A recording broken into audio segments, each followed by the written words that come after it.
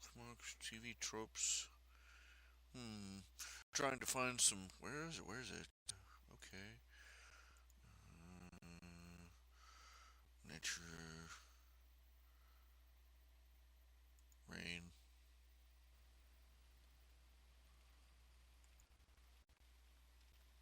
Come on.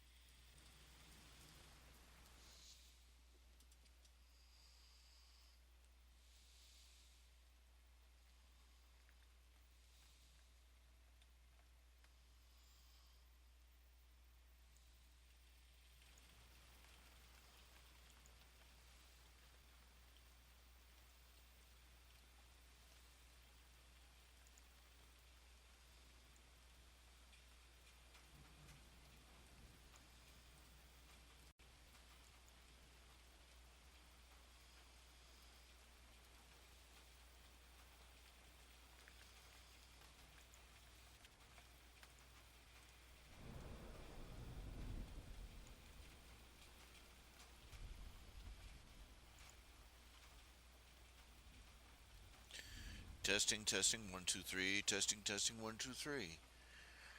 Hello, everybody. I don't know if you can hear me or not. Just checking this out, just getting this running, just getting this rolling. Oh, crap. I feel like crap. Ugh, I've been feeling like crap for the past couple of days. I don't want to do anything. I just want to curl up in a ball in bed and not move until like June.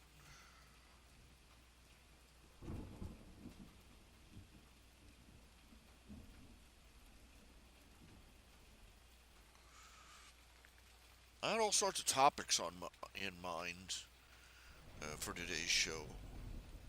A couple of social issues, things like that. Things I thought I'd like to discuss, and I've promptly forgotten them all. That's always fun, you know. You just get no memory. Just memory, just full like wet toast, you know.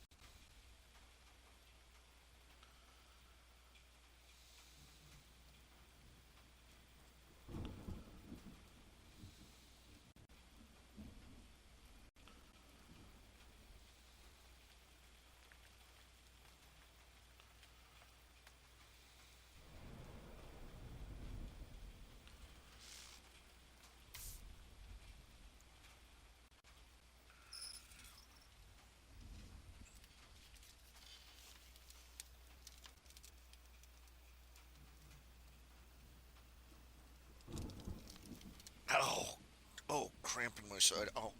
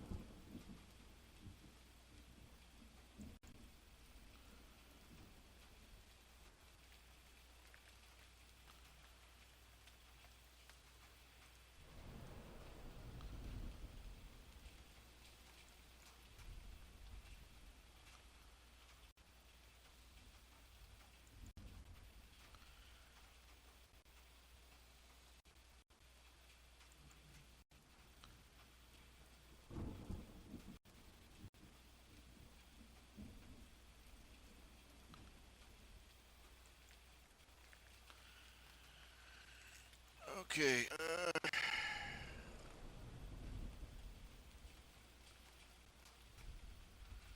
There's one person watching. Hello.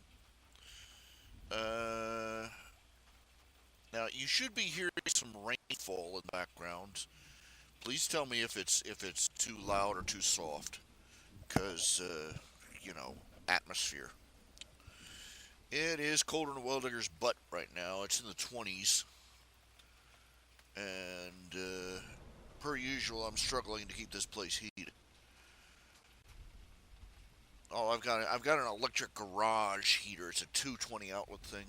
I'm running my electric bill. Please make a donation, because I am the electric bill alone is killing me. And if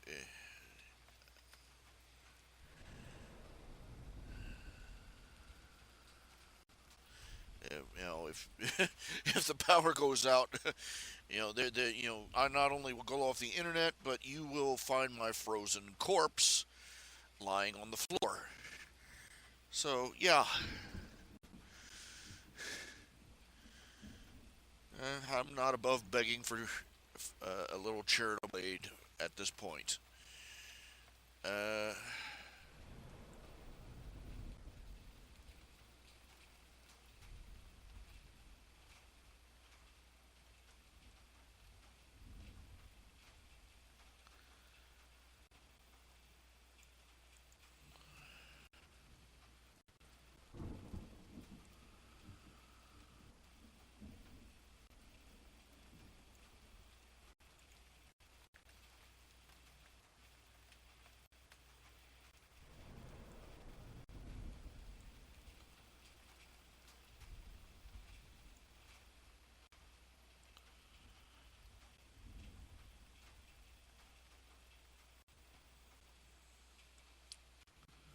Now, here's a good thought. Now, if you support drug testing people that receive taxpayer money, why not start with the people who not only receive tax dollars but would determine how they're spent?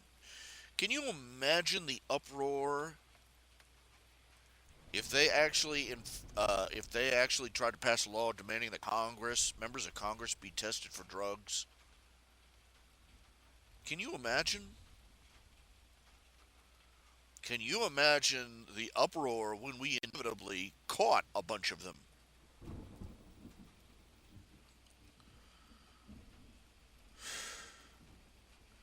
The pisser isn't that, pardon my language, but there's no other way, no other word for it, the pisser. The thing that just makes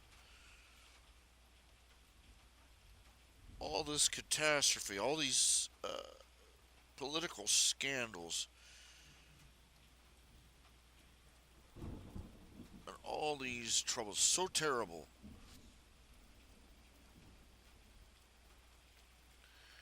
is the realization that nothing will change. Nothing will change. Uh, we've caught congressmen out breaking laws. We know for a fact that the people in Congress, 535 people, they are an elite privileged class who break laws daily. That if anyone else did it, anyone else,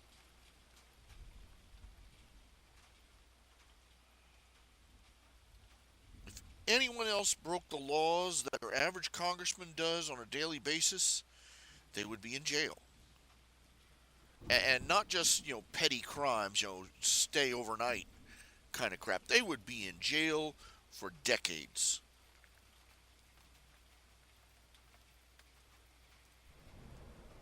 But they're untouchable.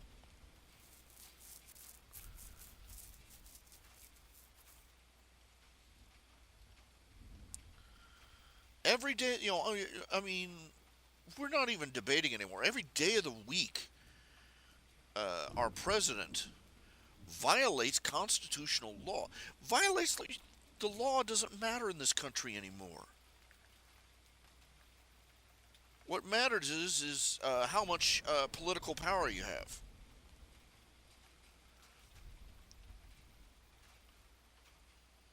And look, no, it's not a it's not a corporate thing. Okay, I get tired of all these corporate people. They get away. No, I'm sorry. All these corporate people buying influence in Congress. That is like blaming a blackmail victim. Okay, when you start talking about Congress, when you start talking about corporations are buying all this political influence, they're not buying it, they're being blackmailed.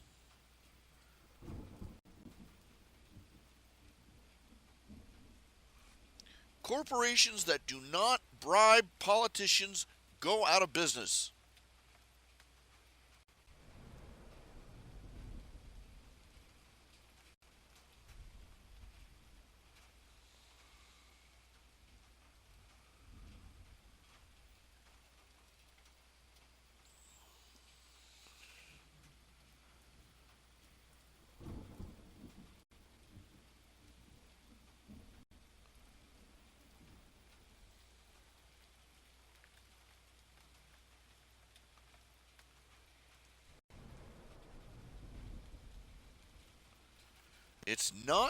It's not the corporations that hold the big stick in this picture, okay?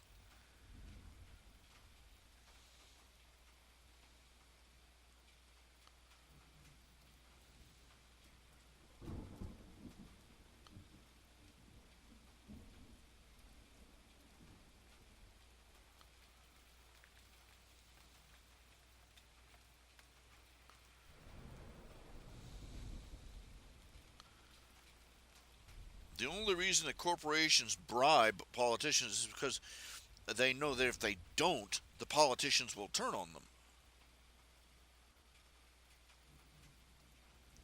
That's what happened to Bill Gates. That's what happened to Microsoft. Nobody remembers that. Nobody remembers that now. This was back in the 90s. How pitifully short the human memory is. Back in the 1990s,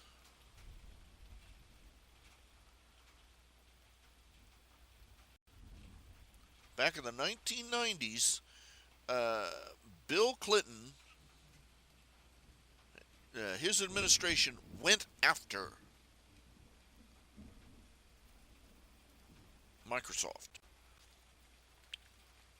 There were all sorts of congressional hearings and everything. It was deliberate.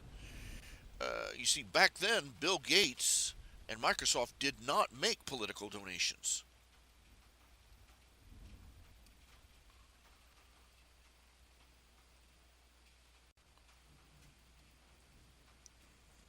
They learned the folly of their ways rather quickly. Next thing you know, they were up on trial for being a monopoly.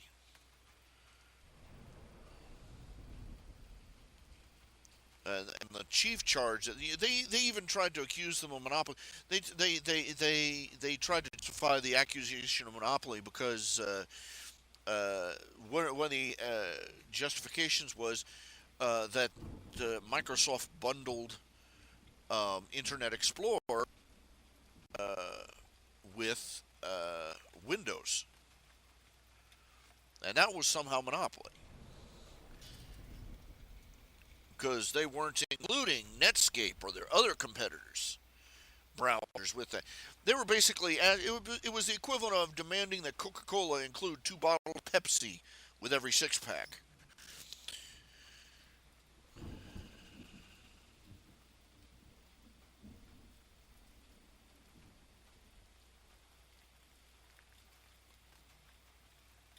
Oh, take it for Netfox. Netfox is in channel. Okay, Netfox. Okay. Yes, Happy New Year to everybody. And the feeling is, oh Lord, another year. But let's see. Oh, I'm sorry to hear that. Your Netfox's grandmother, great grandmother, died 6 minutes after the New Year.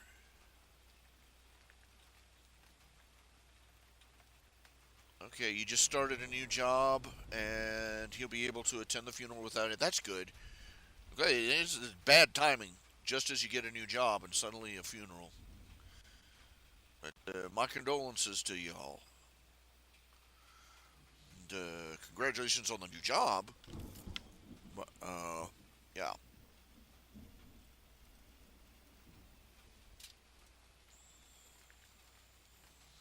I like that one. That one right there. If you have food on the fridge, clothes on your back, a roof over your head, and a place to sleep, you are richer than 75% of the world. If you have money in the bank, your wallet, and spare change, you are among the top 8% of the world's wealthy.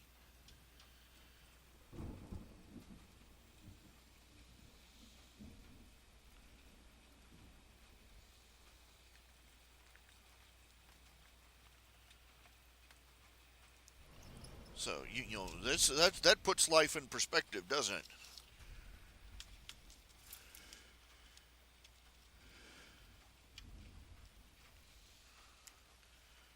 It's also an indicator that somebody needs to grab a big old can of shut the heck up. When it comes to talking about I am the 99%. No, you're not. You are in the 8%.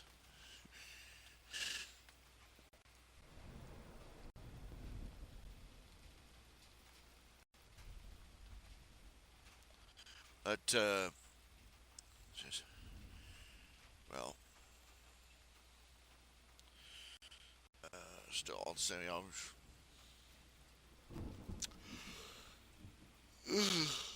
Oh, uh,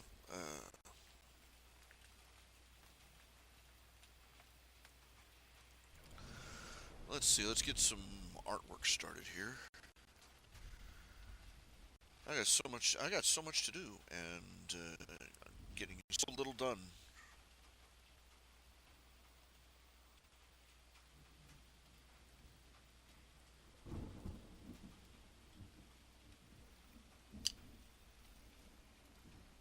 I have got to do something. Okay, I have got to compile. I got to burn a new I got to burn a new template for. I got to sit down. I've got to burn a new DVD for the 2015. Like I've got like 3 orders for it, so I've got to sit down and burn that. And then I've got to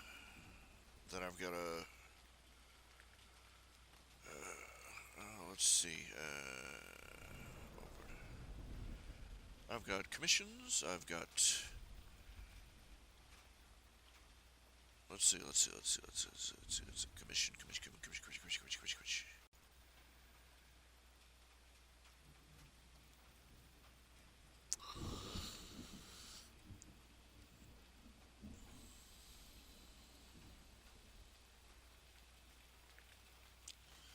Mr. Gordon Jones has 6 pictures. Okay, so which shall we work on? I believe.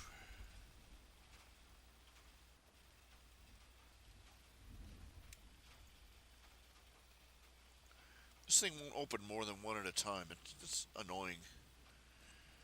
Open one page, open one page, open one page, open one page.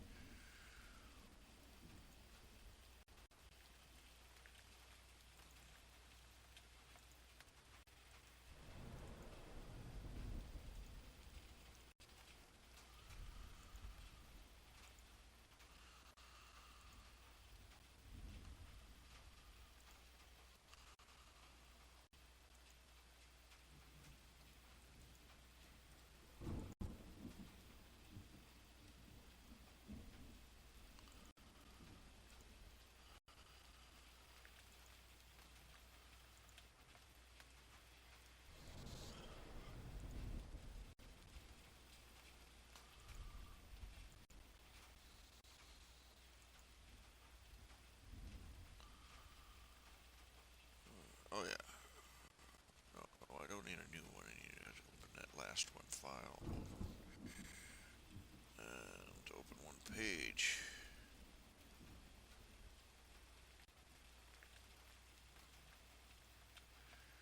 I've still got to put the background in on Kruger sparring. Did I already send Kruger the black? Did I already send Kruger the color version? I'll send Kruger the color version anyway. It's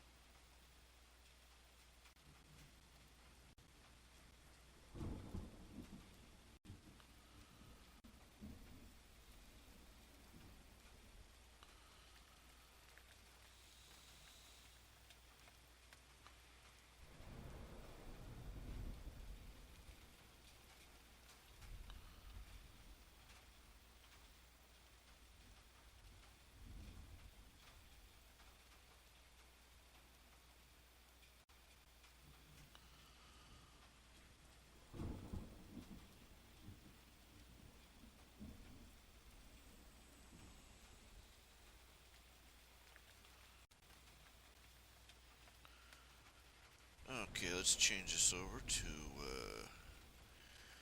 view the artwork in process. Oh yes. I finally learned something. I have been wondering. I have been wondering a long time. I know enough about economics to wonder why. Why haven't we collapsed yet? Why have we not seen a major economic collapse? I mean, you look at the history books. What happened to Germany? What happened to Russia? What's happening to Greece? What's happening to all the nations in Europe? Uh, and yet we are worse off than any of them as far as national debt and so on and so forth.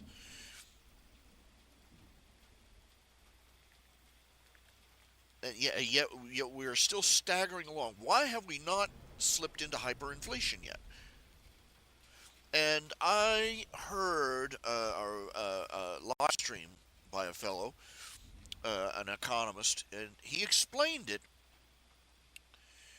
He pointed out some factors that I had not thought of, that had not been aware of. There is a very particular reason why the United States has not gone into a major economic decline yet. His first point is, yes, we have. We already have. We have already hit the collapse. We just have not felt the effects yet.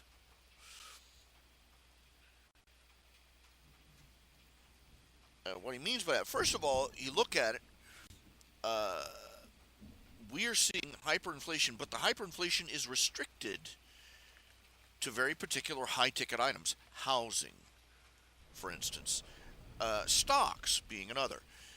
We're conditioned to think of, oh, the price of, stocks have gone up. That's good, right? Well, it's not good if that is a consequence not of the company's value going up, but of hyperinflation. What people got to you have to back up and remember, what is a stock? A stock is a share in a company. It's a product. It's a commodity. And if stocks suddenly go up, that means that the price of that commodity has just inexplicably risen.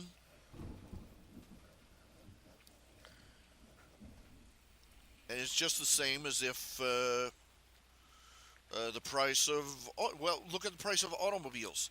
$30,000 is the average price of a car now.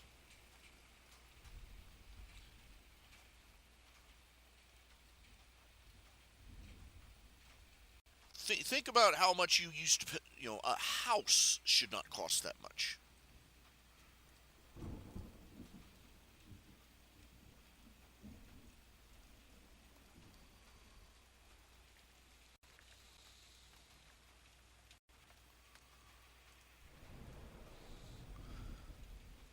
30,000.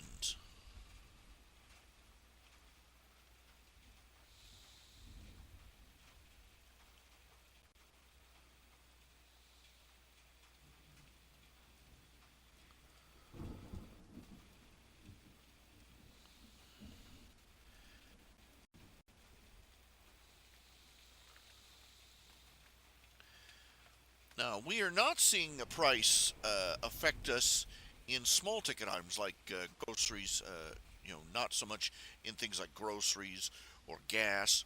It's very interesting. The price of gasoline is down to $1.87. I didn't think it was ever going to drop below $2 ever again.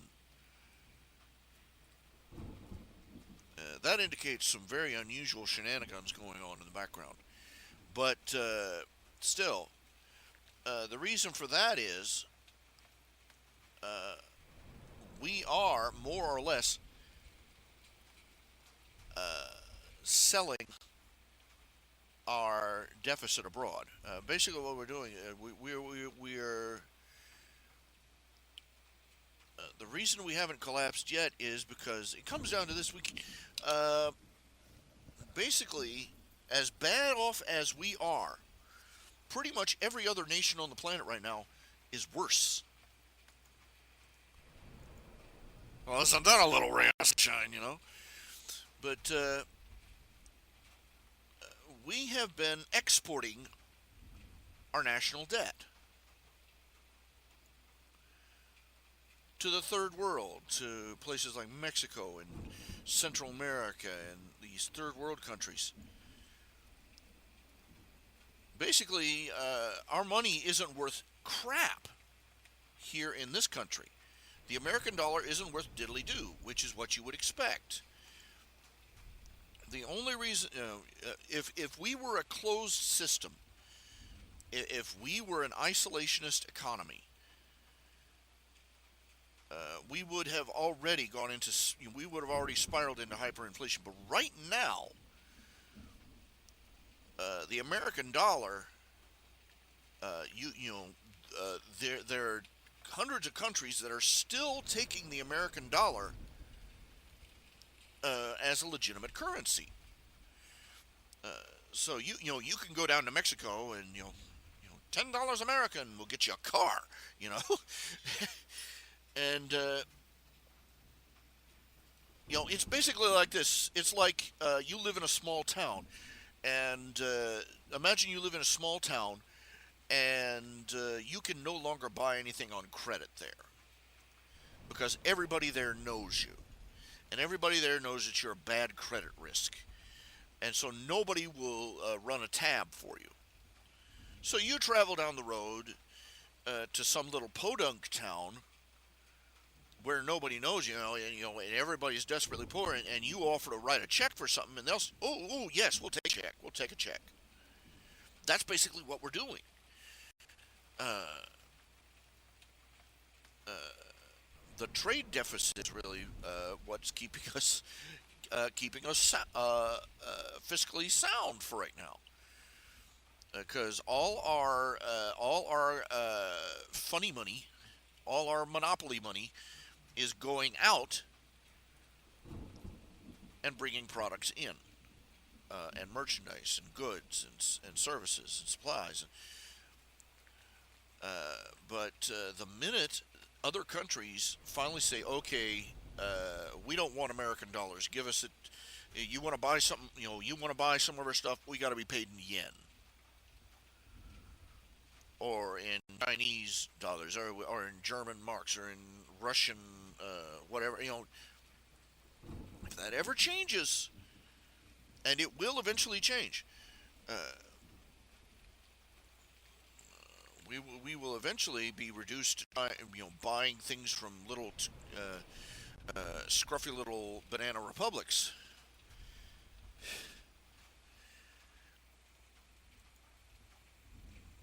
That is, this is an unpleasant realization.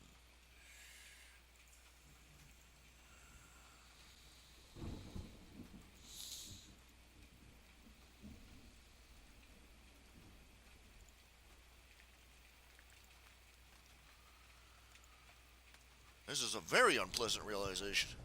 Is that we are already, we burned up our credit card, and now we're writing rubber checks. And the only reason that we're getting by is because we found these backwoods hillbillies who will take our rubber check.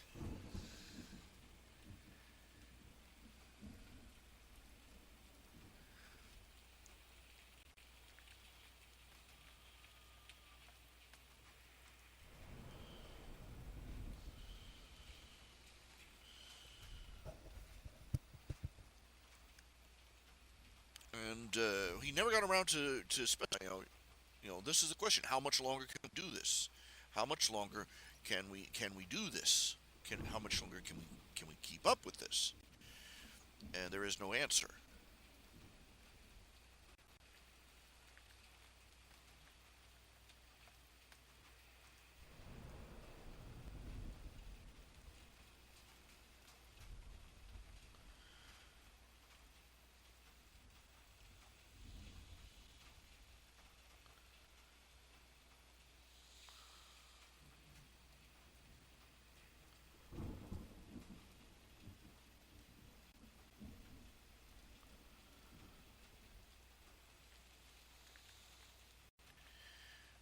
I think largely because we have this is a scenario that nobody could have ever predicted. I mean, or maybe I'm wrong. Maybe it's happened before, but just on a smaller scale. But uh, the American economy is literally the American dollar is literally the gold standard of the world right now. Back in the days of you know, back in the 50s and 60s, uh, you know, dollars American was became the gold standard for the world. Is that and it is more or less stayed that way ever since.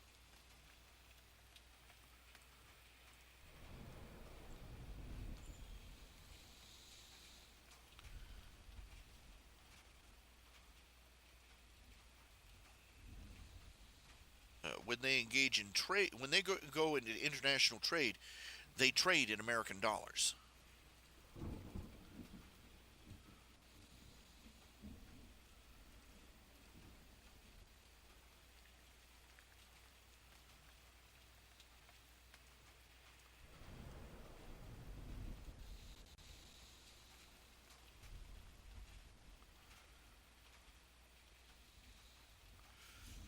What's going to eventually happen is that when people, these other countries are going to start trying to dump their American dollars. They've accumulated. They've been piling up on monopoly money for ages. And when they start trying to get rid of their American dollars, that's it.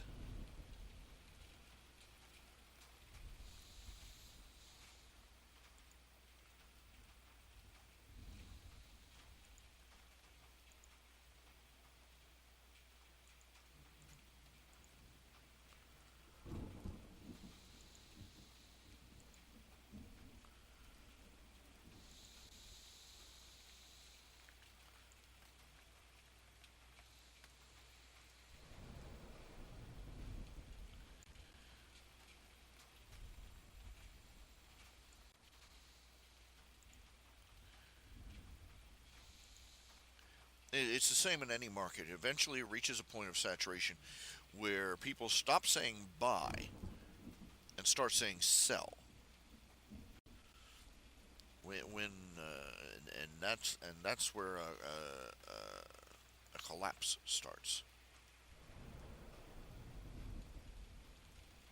They haven't started saying sell yet, but all the other signs I've talked about in the past are still there and are still brewing.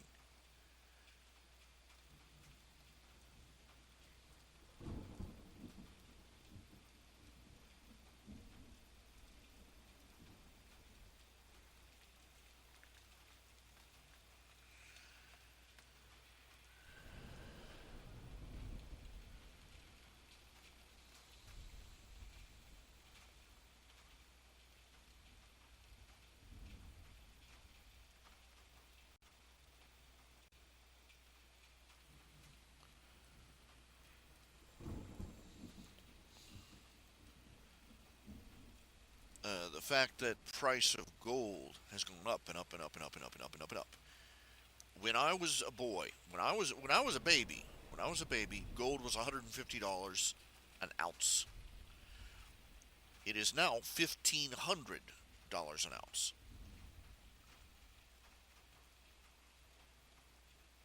That is a very bad sign. Gold hasn't gotten more valuable. What that means is that the gold hasn't gotten more valuable. The dollar has gotten less valuable.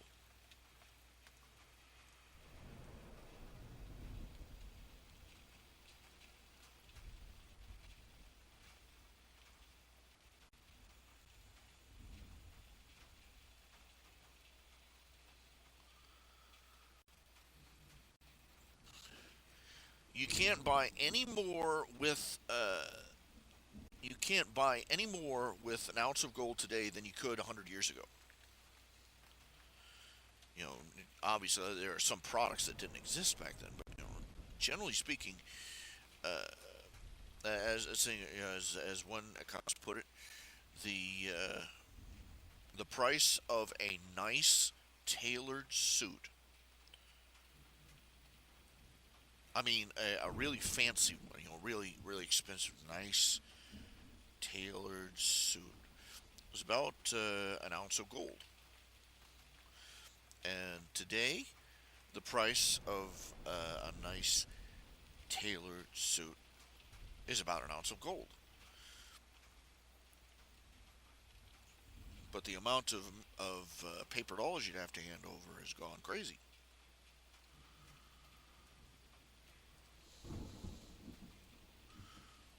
And another thing you have to remember is that inflation, uh, one of the mistakes they make, one of the mistakes they made with me when they were teaching me about inflation, they make it sound like inflation is just this magical process where your money shrinks.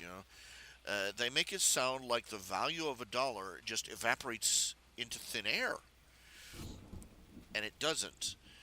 What you have to understand is that as inflation increases, the value of that dollar that used to be in that dollar is going someplace. Particularly, it's going into the pockets of the government and the Federal Reserve.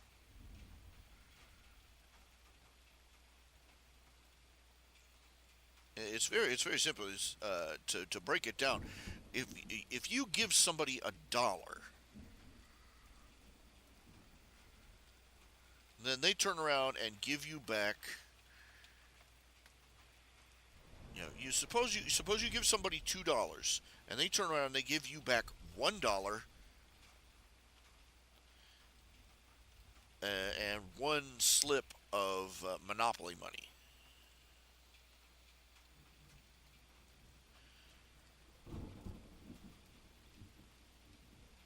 Who has profited? The guy who gave you back half your money is fake. And imagine him doing this to you over and over and over again. No, you hand him back those $2, and he gives you back. You give him back that real dollar and that fake dollar, and he does it over again.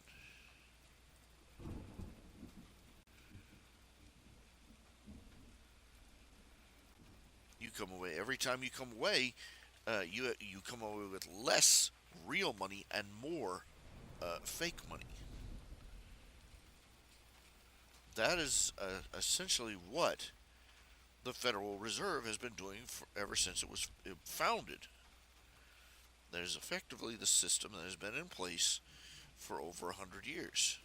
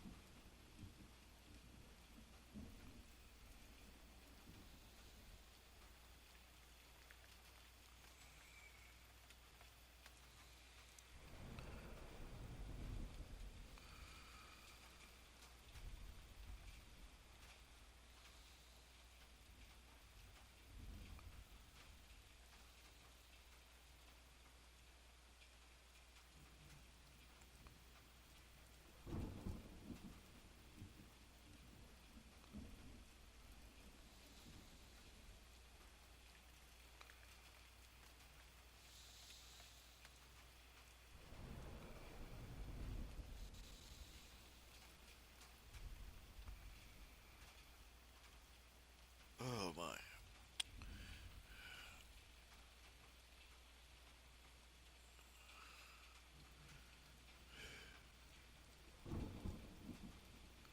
I'm seriously wondering if I'm coming down with some sort of flu or something. I just,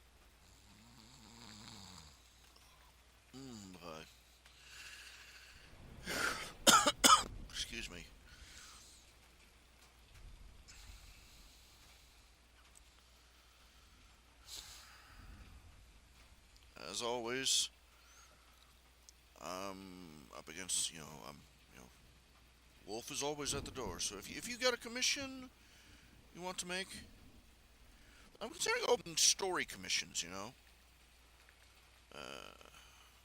Doing short stories and stuff for commission. Don't know how well that would sell. Some people do it.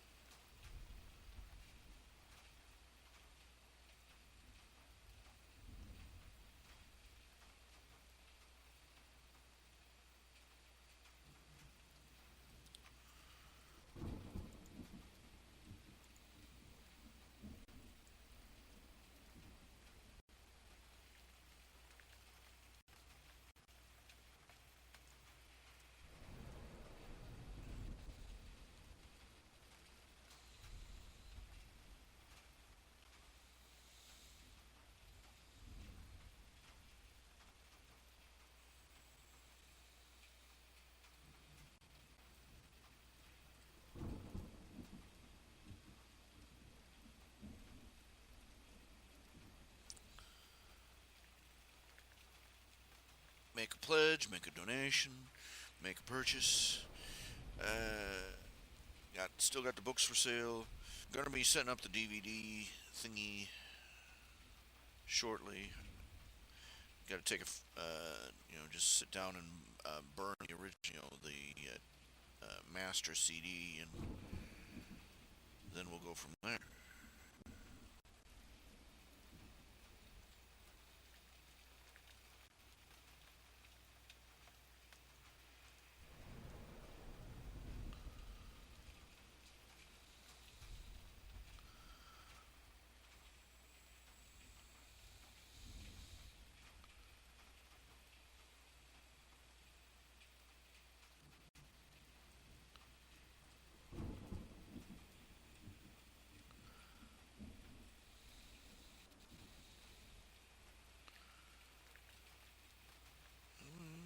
Glows like a light bulb.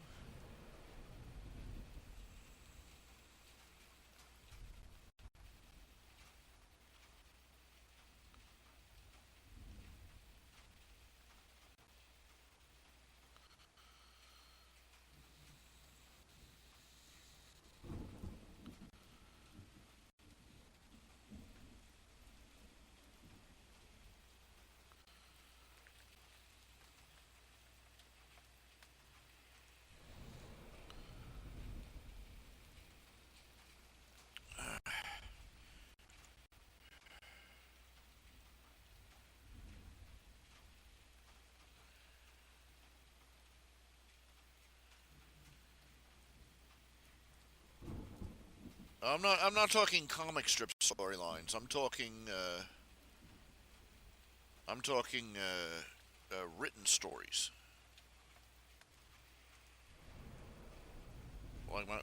Like fan fictions. Some people have been doing fan fictions on commission, but I don't know that I could do fan fictions, but I could probably do fictions on commission. I'm thinking about that, but I have a thought for later. I really need to. I'm gonna have to. I'm gonna have to. Yeah, I'm gonna have to. This is gonna kill me, but yeah.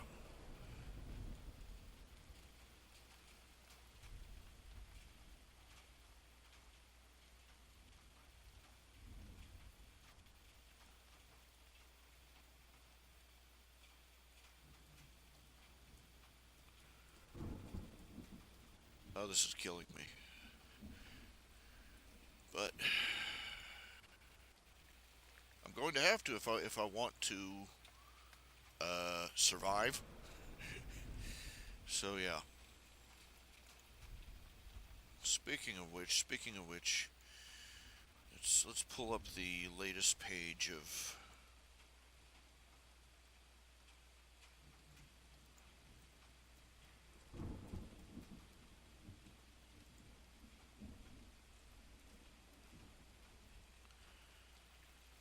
Where is that? There we go.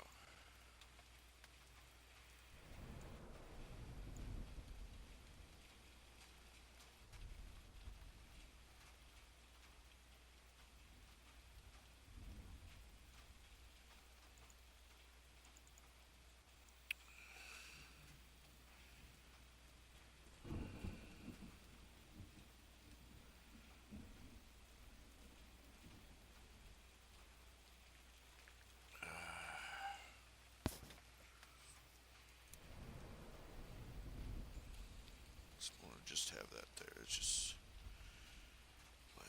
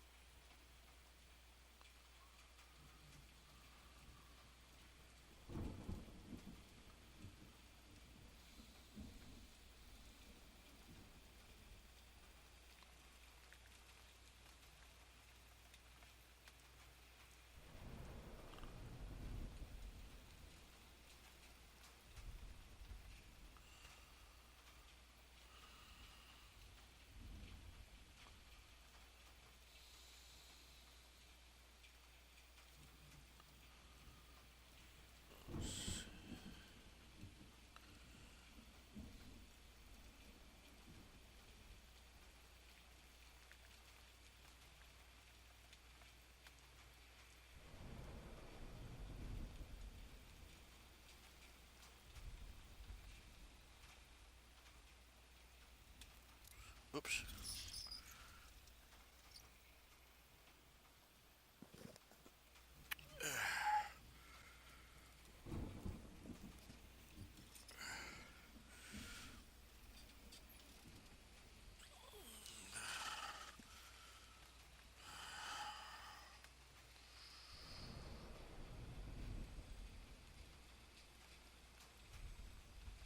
I've still gotta do. The jam still has 4 or 5 more strips coming. I've got to do one set in nip and tuck for him, and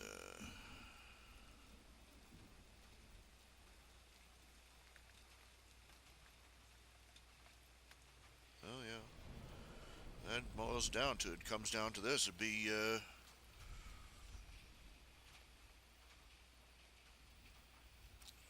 if I do that would be basically the comic schedule for the next months or years.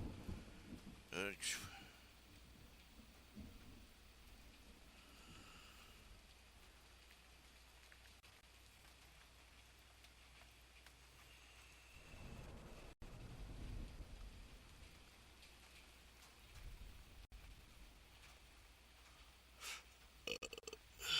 what the heck?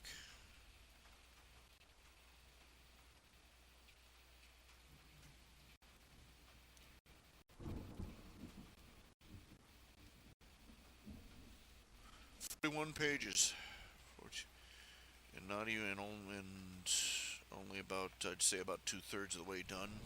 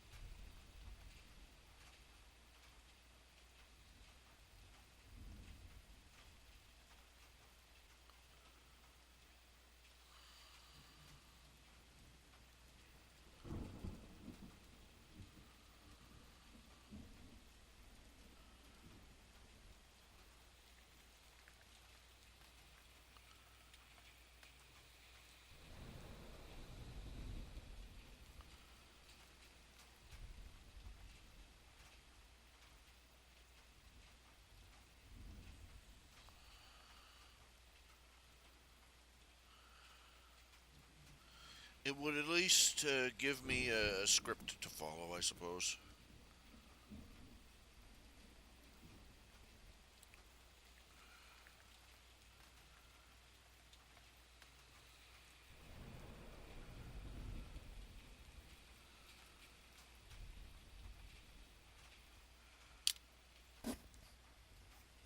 That is the crappiest looking. Oh, jeez.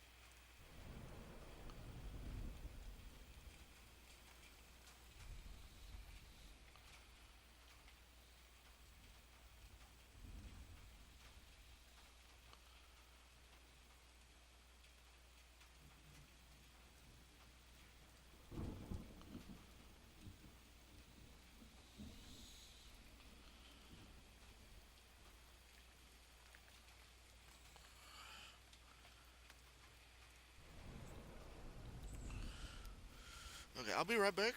Just gotta run to the restroom. Let me switch you over to the slideshow here. Enjoy the shiny, shiny pictures.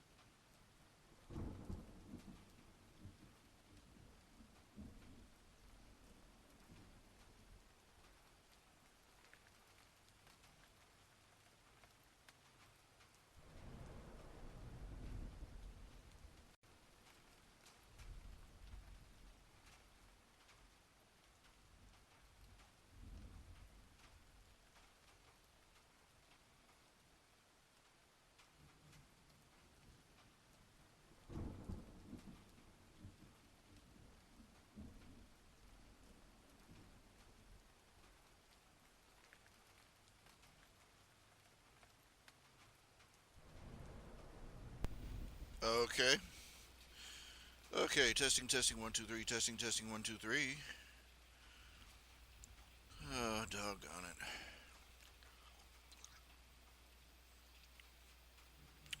Let's see here.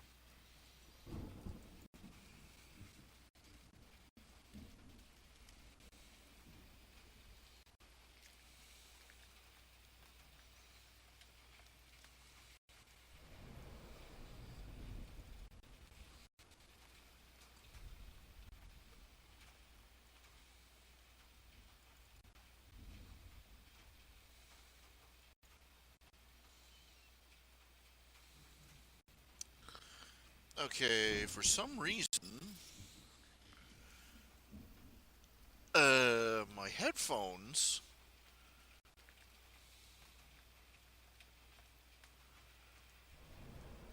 Okay, this makes no sense.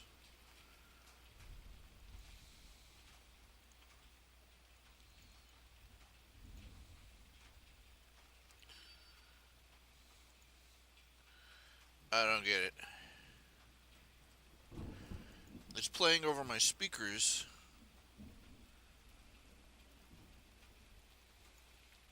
The minicam thing is on. Uh,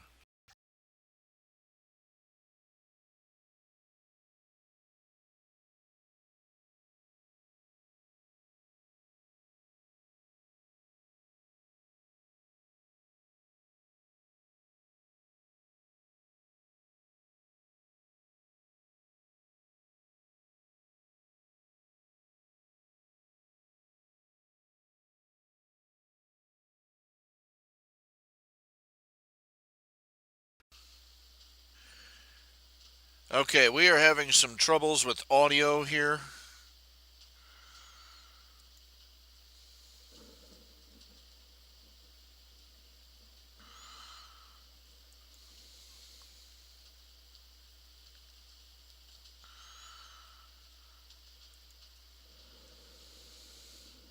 I'm going deaf.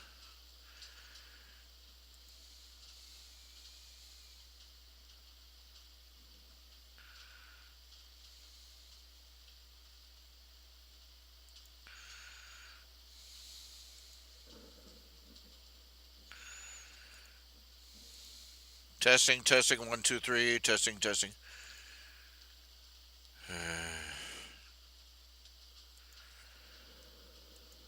Testing, testing, 1, 2, 3, testing, testing, 1, 2, 3.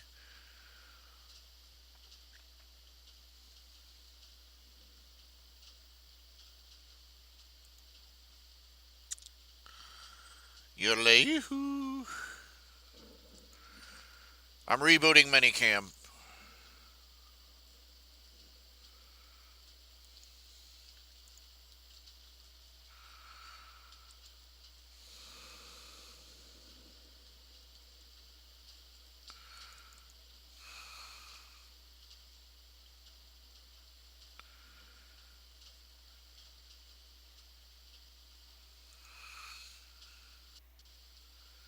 Testing, testing, 1, 2, 3.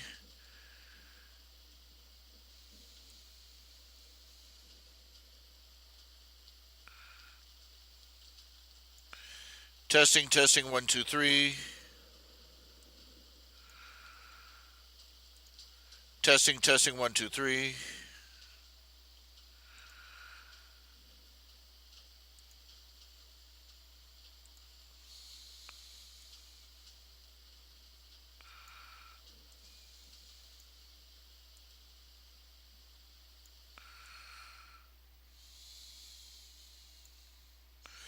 Okay, I think I've finally figured out. I think I might have finally figured out the sound settings.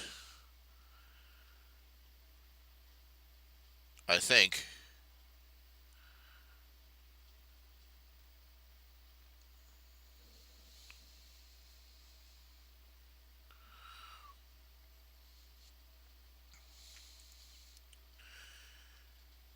Okay.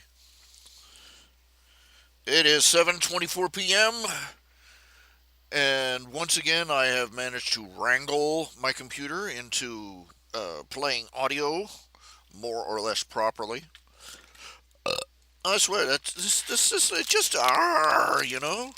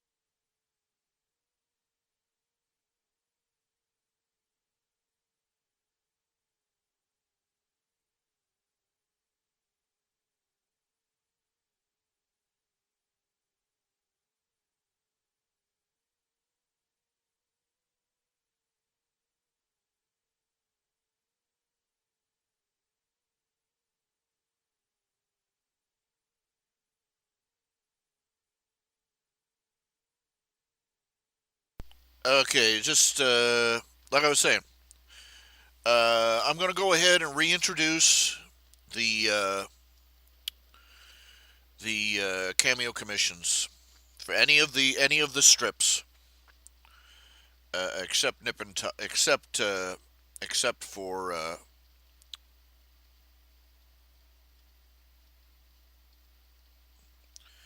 the Questroverse ones, Space Rangers, so on and so forth.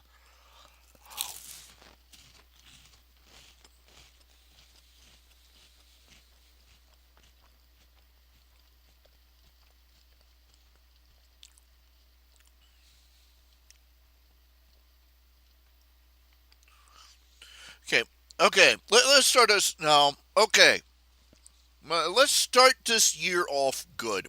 Okay, let's start this year off in a good way. Positive attitude, um, some diligent work, some good habits, establish some good working habits, and some good good routines, good you know.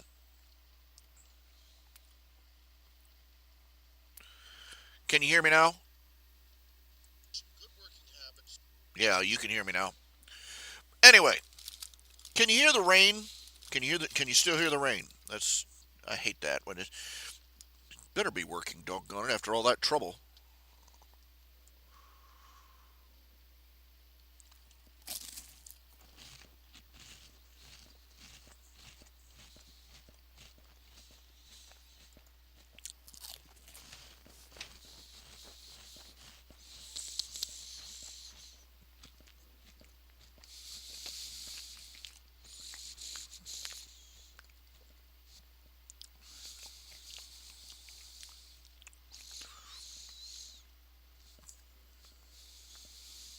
You can't hear the rain.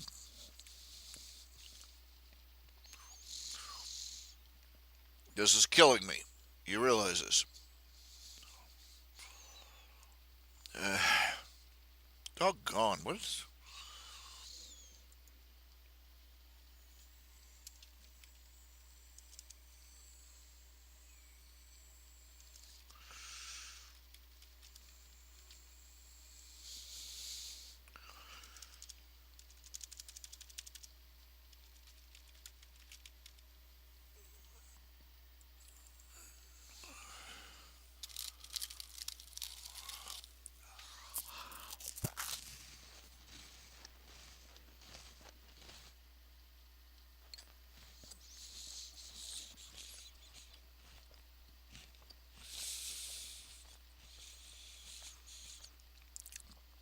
The Panther is just an OC that just a character that random character that the Jam uh, wanted included. Haven't really got a name for him. So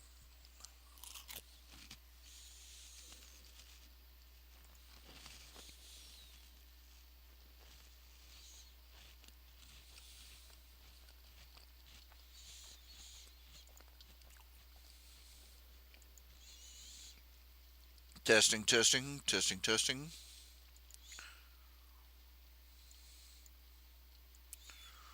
Why is why is Minicam not picking up the sound?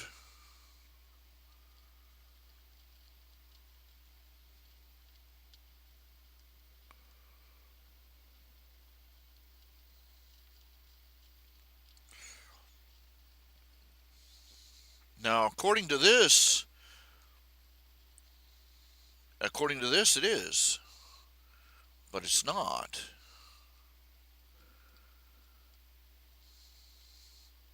Testing, testing.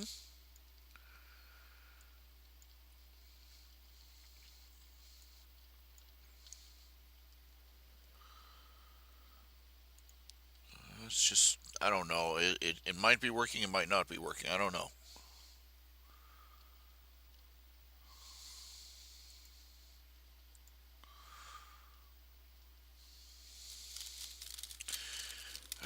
I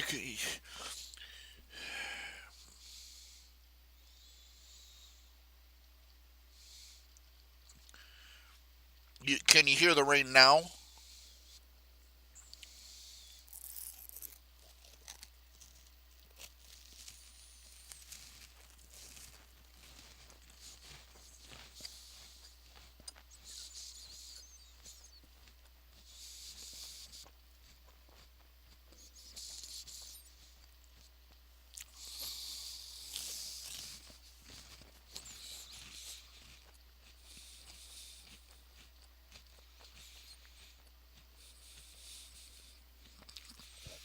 Anyway, let's do it positive. Think positive. Work positive. Okay. I want to make a regular schedule and stick to it. I want to start producing art on a regular basis.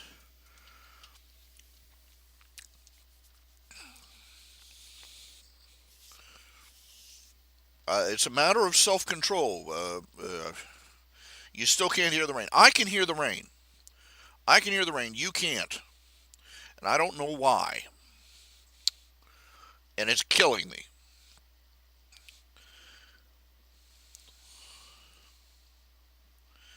Well, this is the idea is that I'm going to be setting up to take cameo commissions. And I get the feeling that if cameo commissions take off like they did last time, Nip and Tuck will be regular because everybody will be cameo commissioning it.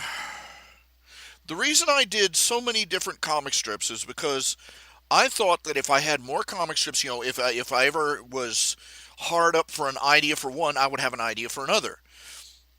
It's not working out that way. It isn't. It never did. Instead, I just ended up with instead of just having a writer's block, I had a writer's log jam.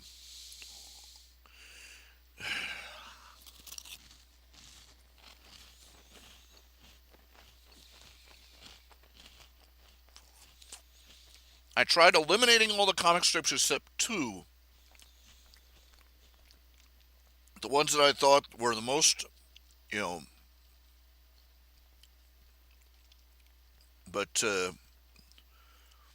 that didn't work either.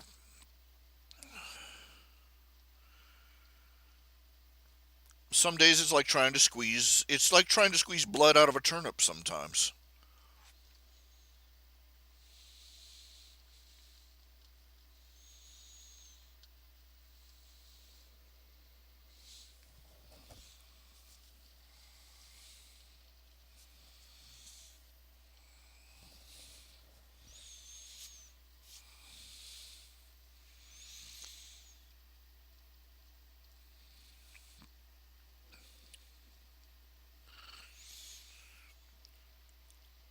What is so interesting about this character?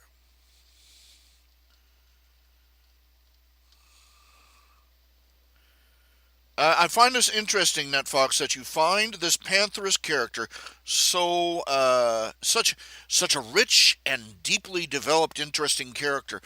She has had let's see, one line.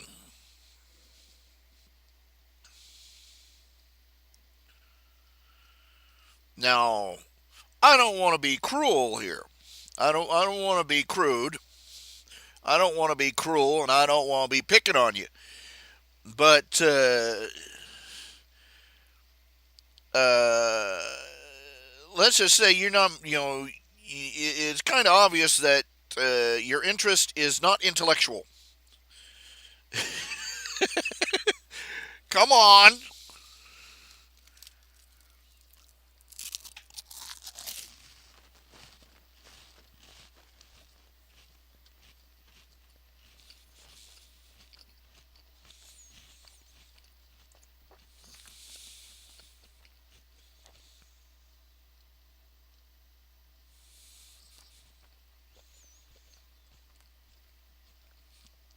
This audio thing is broken. I have no idea how to fix it.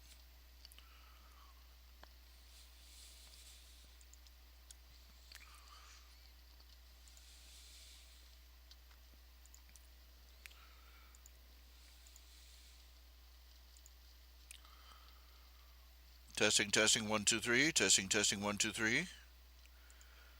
Testing, testing. I'm Henry the Eighth. I am.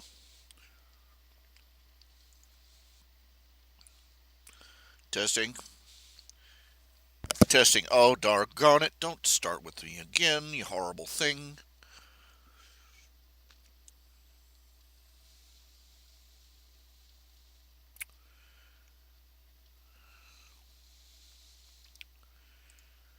Let's see here.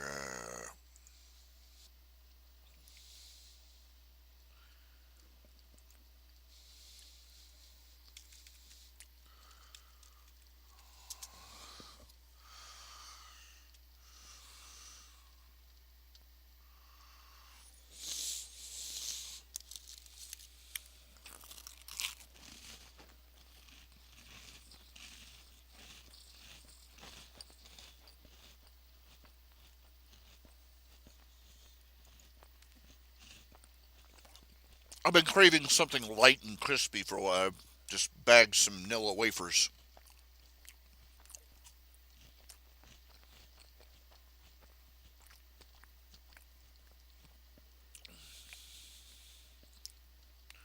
You know, those ones that are like air and frosting, light crispy crunch.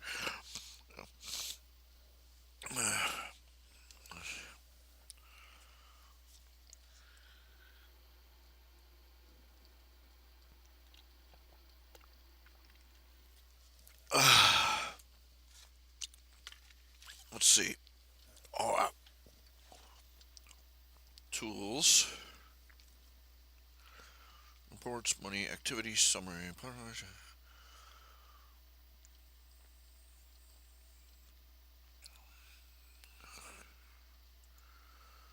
Let's see. All tools. Invoicing, request money. Okay.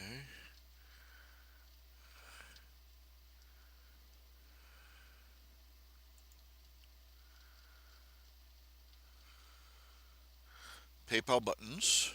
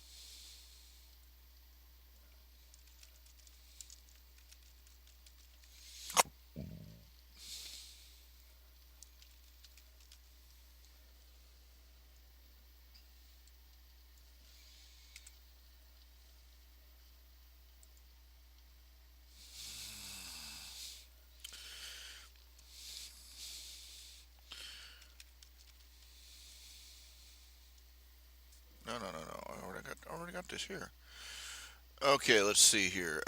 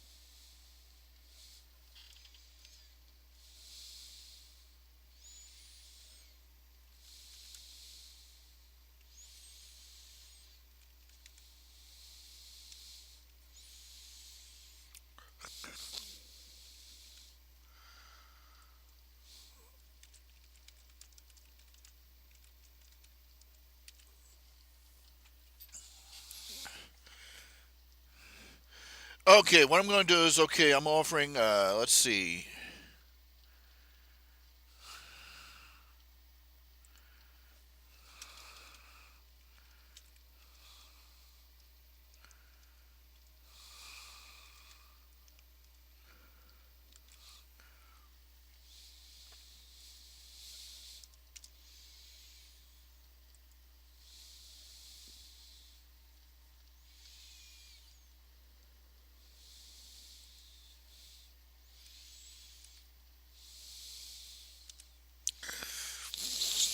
Okay, uh,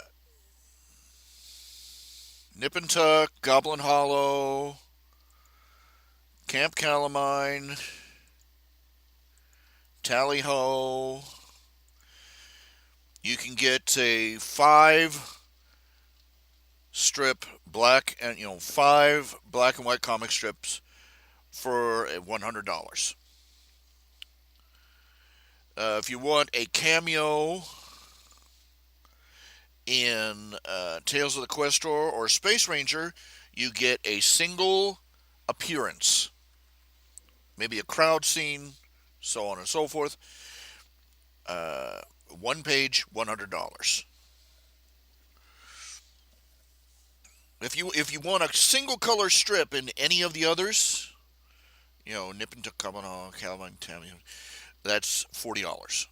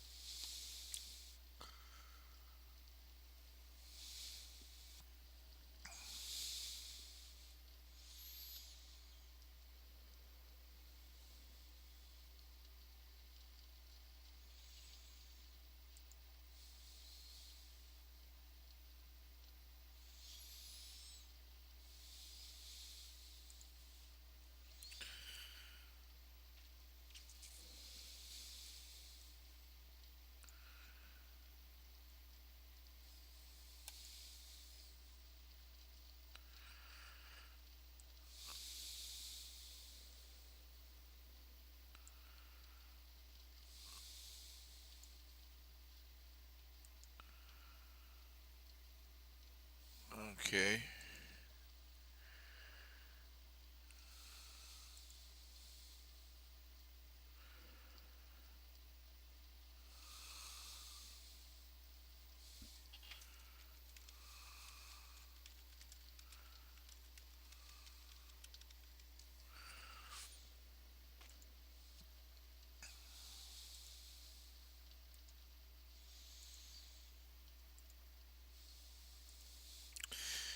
Posting this on the main page.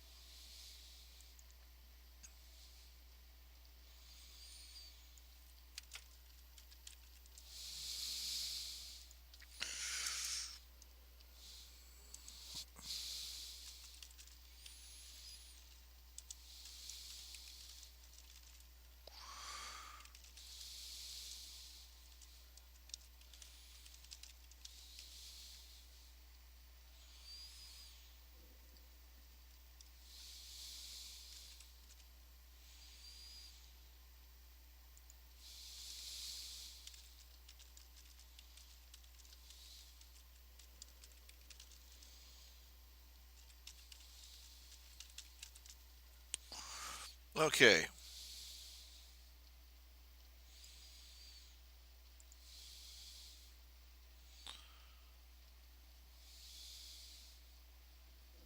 Whoops. Whoops. Etwas in the blog. Event in the blog. This is go in the blog. Event in the blog. Yeah. Okay.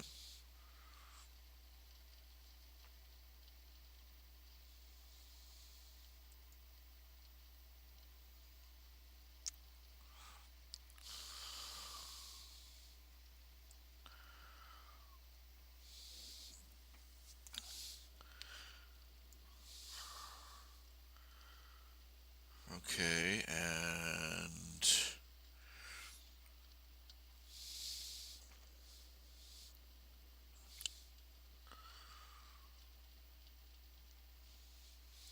widgets.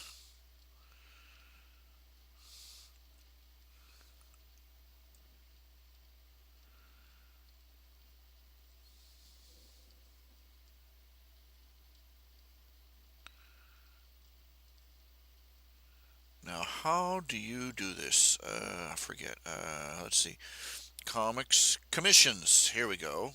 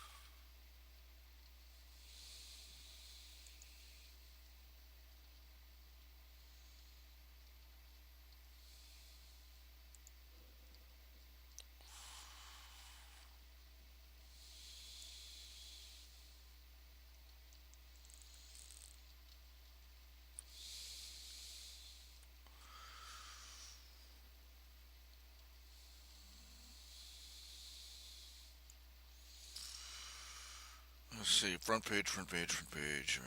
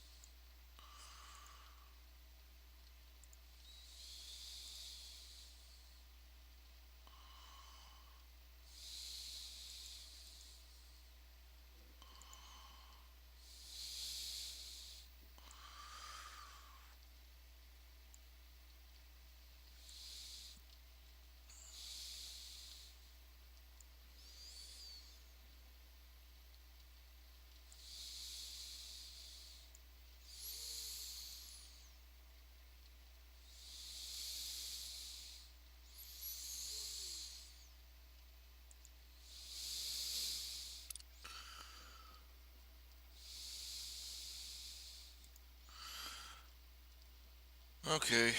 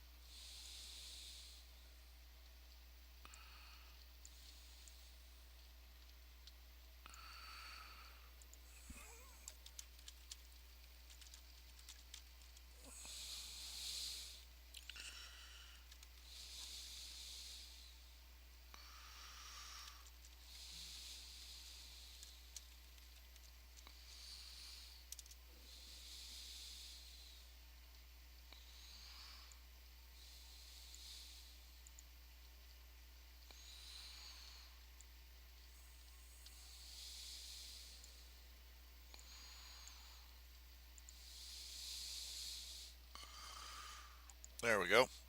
All right, all right, all right, all right, all right. I'm sure you were thrilled to death with that.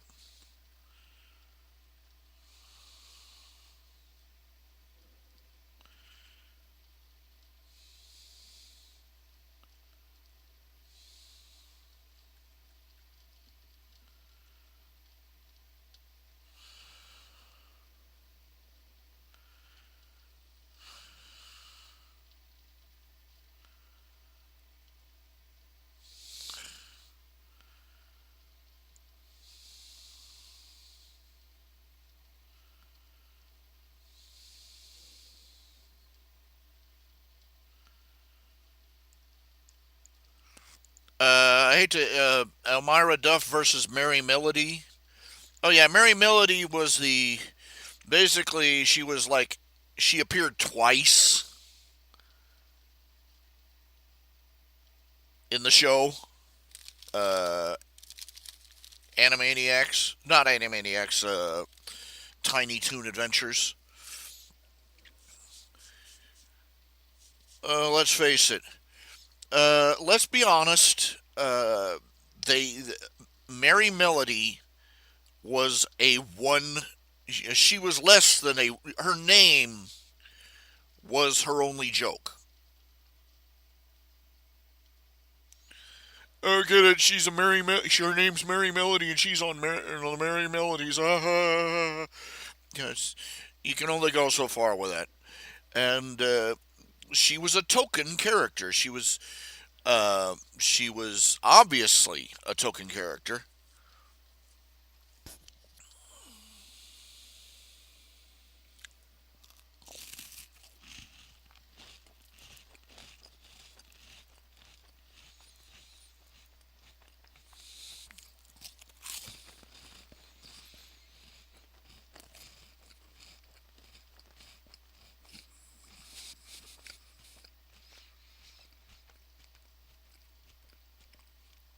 Okay, let's be fair though. Let's take a minute on that issue. Um, let's be fair. If they don't have a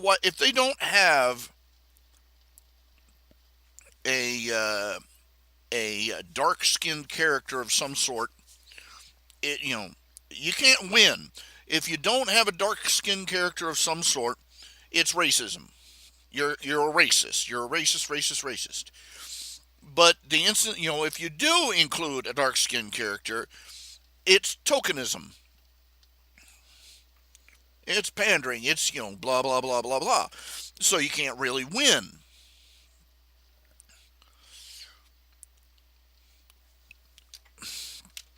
Problem is, most of the time, a lot of times, what makes it really obvious is that they don't ask the question: does it make sense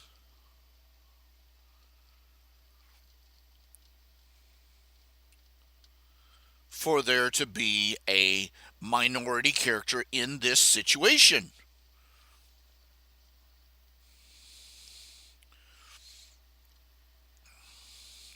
Okay, having Lieutenant Uhura, that was a good idea because this was supposed to be the distant future. This was supposed to be the future, and it was very daring in America in that times in the '60s to have a multi-ethnic crew on the Starship Enterprise.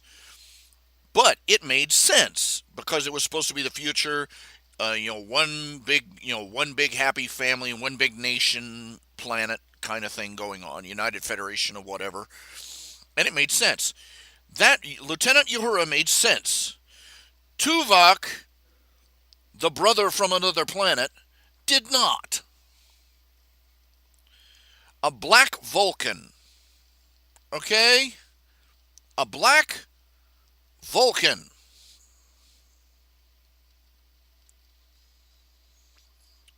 They bleed green, okay? That's as exotic as Then there's no point in trying to parallel them anymore with humanity.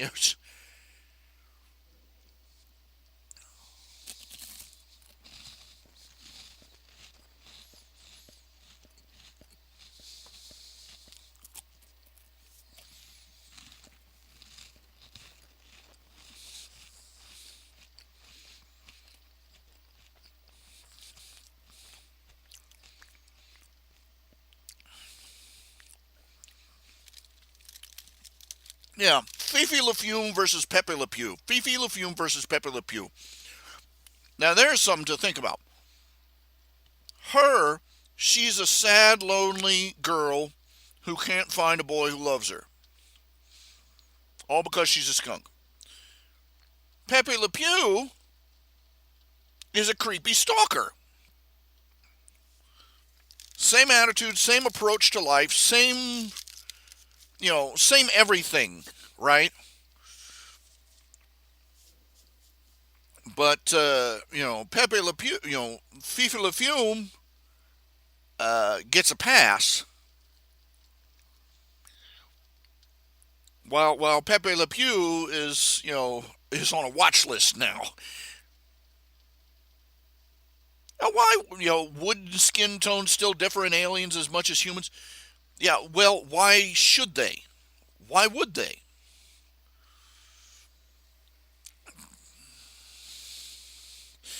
But Fifi Le Fume, let's be fair here with Fifi Le Fume and Pepe Le Pew. Uh, it's interesting. It's interesting as you get older, and some of these old jokes is like, dude, not funny. You know what's really creepy? The very first Pepe Le Pew, the very first Pepe Le Pew cartoon,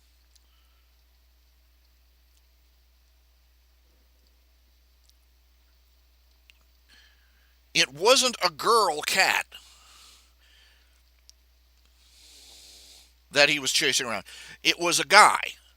It was a male cat that got a striped, and Pepe Le Pew was so stupid he couldn't tell it wasn't a girl. But the real kicker was at the end of the cartoon when it turned out that Pepe Le Pew's accent was fake and that he was married and had two kids, and his wife was there waiting for him with a rolling pin.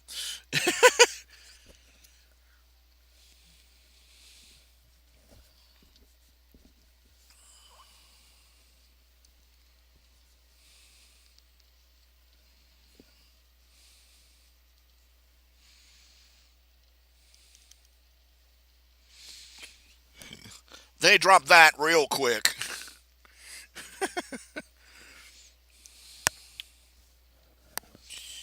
But yeah.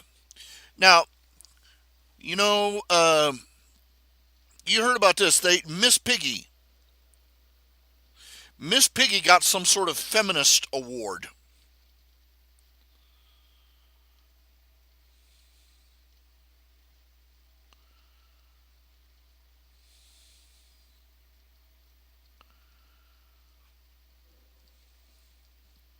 Okay, Miss Piggy. Uh, you know how that got all started? Because in the new Muppets show, Kermit and Piggy have finally broken up, and Kermit has a new girlfriend. She's thinner. She's a pig, but she's thinner. She's prettier, and she's nicer to him. And so the feminists came in and they gave Miss Piggy a feminist achievement award. Just conveniently forgetting all those decades of her just smacking him around, like a drunk trailer trash.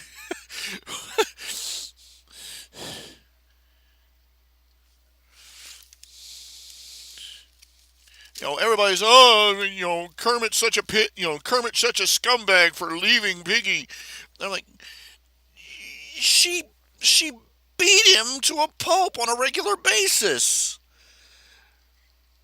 No, you want to get serious. You want to play at being serious about this kind of thing. Let's get serious. She was the definition of abusive spouse. Okay, abusive relationship. What the hell? It was played for laughs. But dang, you ain't got no sense of humor about it. We're not gonna have no sense of humor about it. Get out of my face.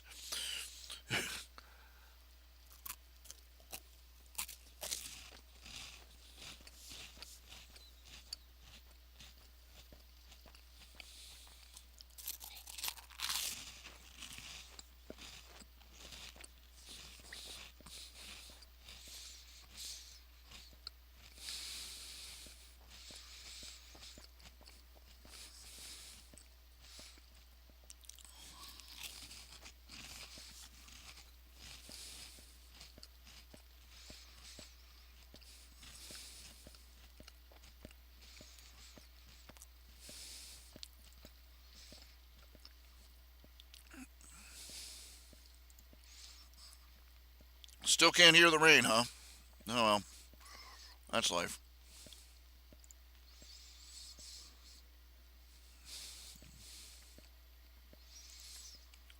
Let's get back to where did I shut that art program? No, I didn't. There it is.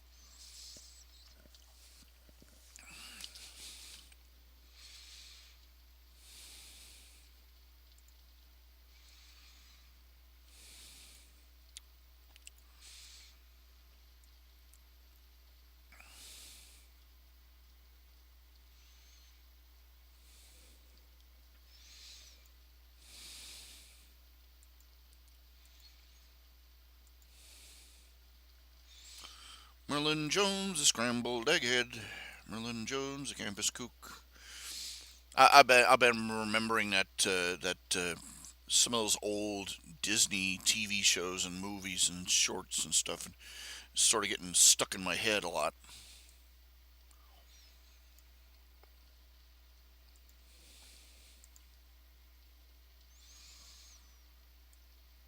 She loves the monkey's uncle. Yeah, yeah. Monkey's uncle. She wants to be the monkey's aunt.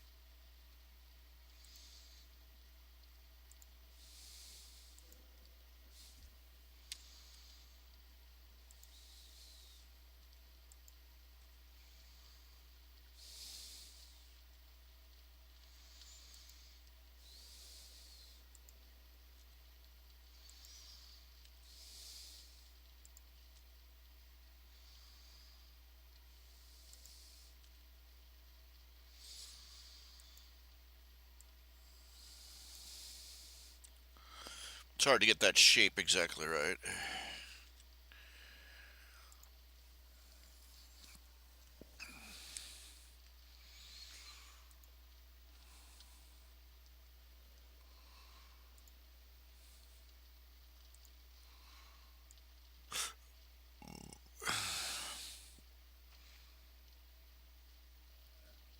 Let's see. Oops, polygons.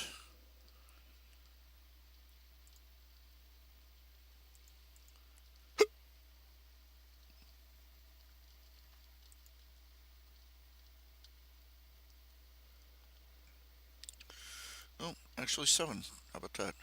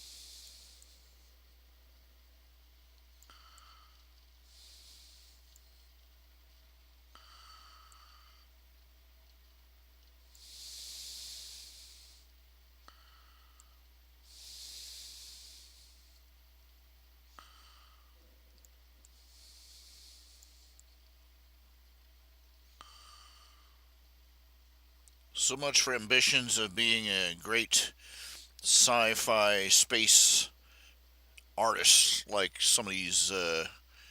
these people that paint the covers of these sci-fi paperbacks. You've seen them.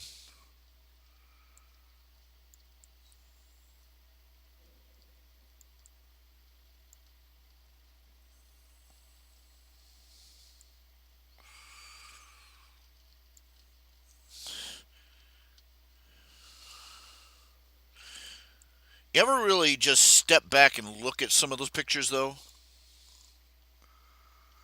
Some of them just really, you look at them and you realize this big, fancy, ornate, complex looking spaceship is really just some smears of paint.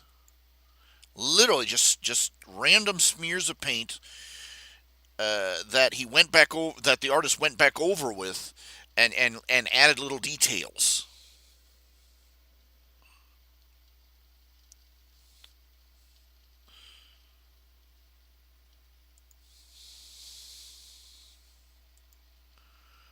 Let me see here. Google. Uh, Sci-fi space covers. Paul Anderson is the first one that comes to mind.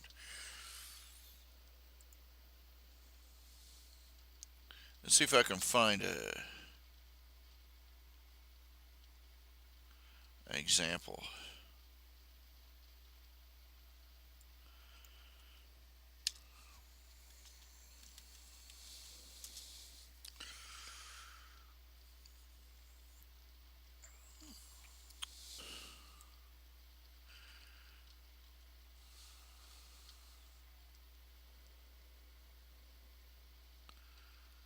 Here we go.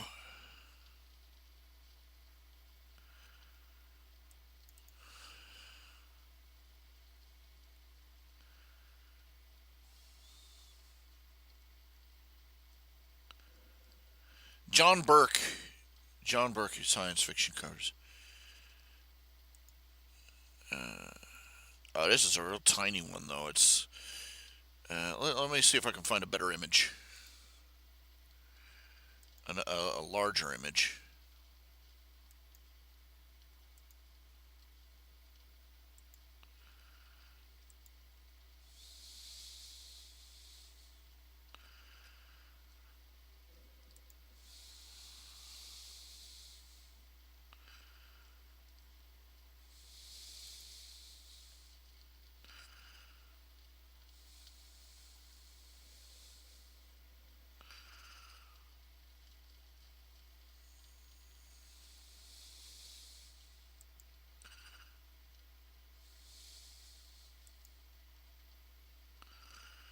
No, I wasn't supposed to. I didn't want to do that.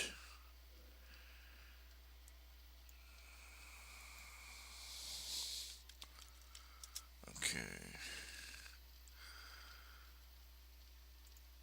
Here's a good one. Look, let me zoom in on that.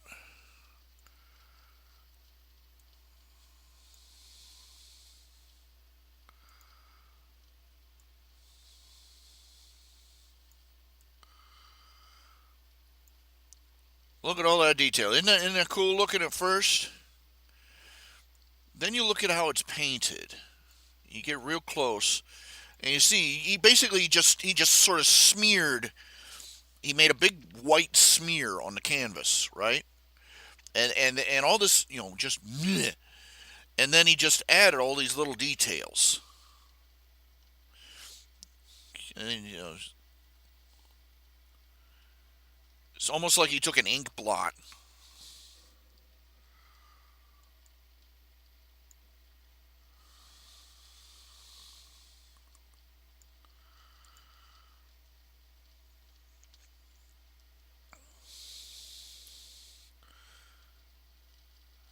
Here's a good one. You can tell most of it is just very stylish, just splat, and there you go. But yeah, the really nice stuff. But most of it's just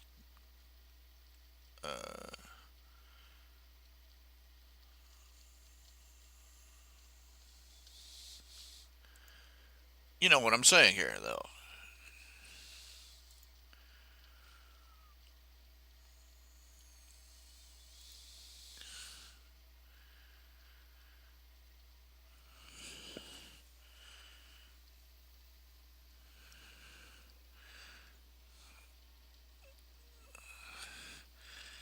Yeah.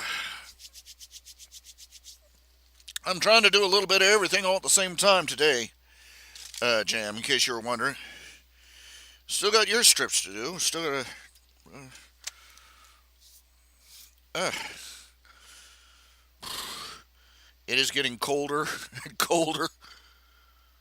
Mulity. I.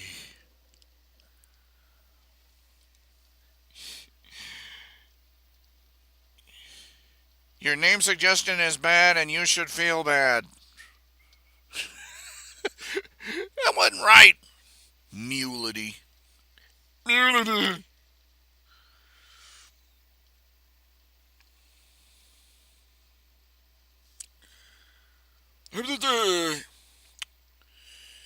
But, yeah. Okay, it's a new year. You know, the old turning over a new leaf thing.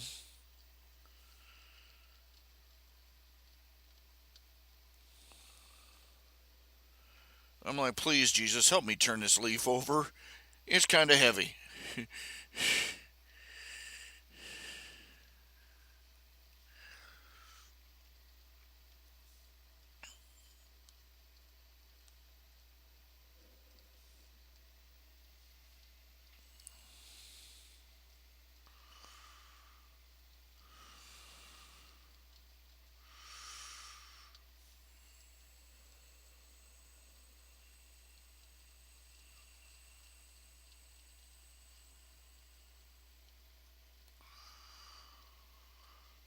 This is what it's come to. This is my spaceships, geometric shapes.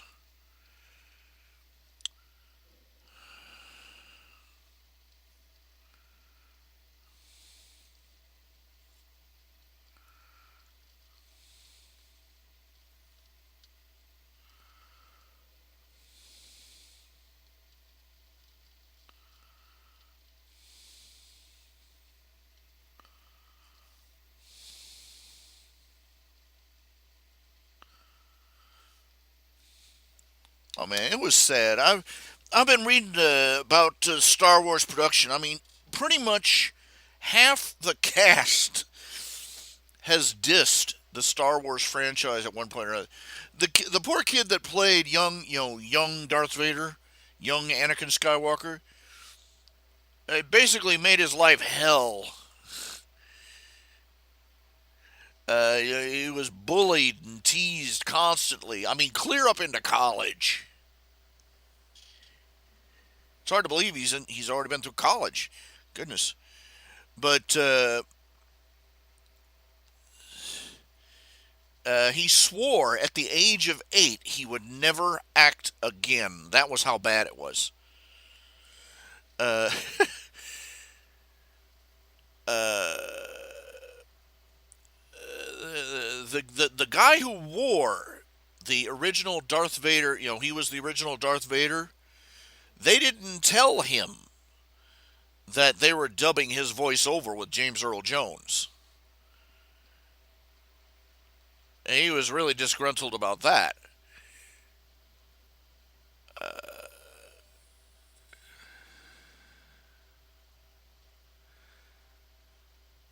The guy who played Obi-Wan Kenobi hated the role. He said it was terrible. There was one actor who literally he flew thousands of miles because he had heard there was this one actress that was going to be in the production. There's this one actress who was going to be in the production, and it had been his career ambition to work with this actress. And he gets there, and they go to shoot his scene, and George Lucas had replaced her with a cardboard cutout. And this is pretty much what everybody says. George Lucas is interested in everything to do with movie making except acting. He wants to play with all the shiny toys, the special effects, the cinematography, but he's absolute pants when it comes to acting. When it comes to directing acting, and he will not listen to anybody. Uh, he will not listen to anybody. Not to his actors, not to his performers, not to the script writers, not to anyone. He will do what he wants to do, even when it is a guaranteed disastrous decision.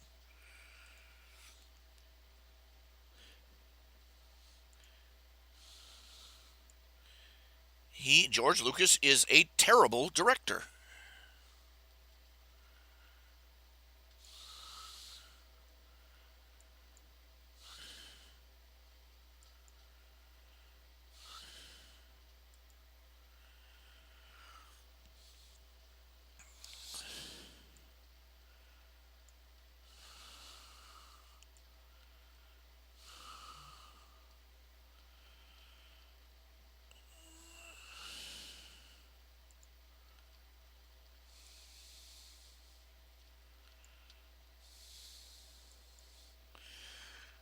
It,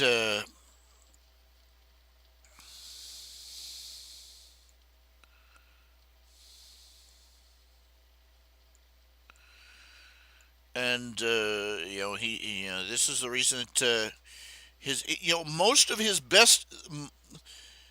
If it had now, this is the kicker. I found this out. If it had not been for his wife, Star Wars would have been a disaster. They listed off the things. His wife basically came in. She was the editor for the Star Wars. She came in. And made all sorts of she was the only one he would listen to at the time. And she came in and she basically saved that movie from being just another substandard sci-fi schlock fest.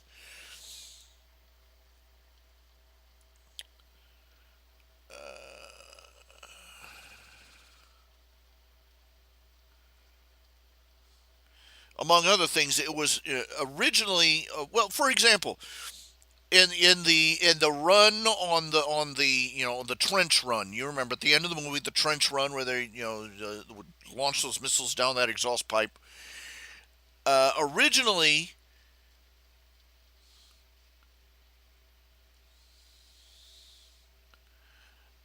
Lucas wanted Darth Vader to swing in early,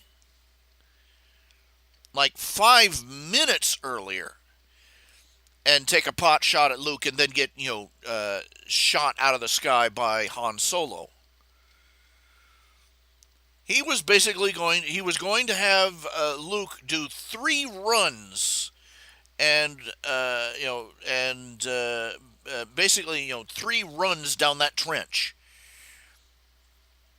and everybody was supposed to sit there after all the action was done, sitting there watching him run down it, miss, run down it, miss, run it. Oh, there we go. No sense of tension at all. He would have managed to bore the crap out of people with the most climatic scene of his movie. And it was her that came in and said, "No, maybe you ought to have Darth Vader tailing him right up to the last second, just for suspense." He's like, "Oh, yeah, yeah, yeah, that's smart," and he moved it. He changed it over to the way it is.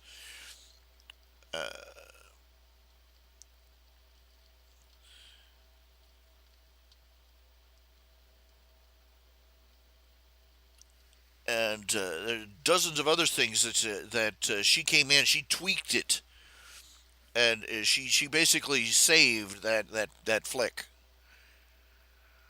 but she never got any real credit for it.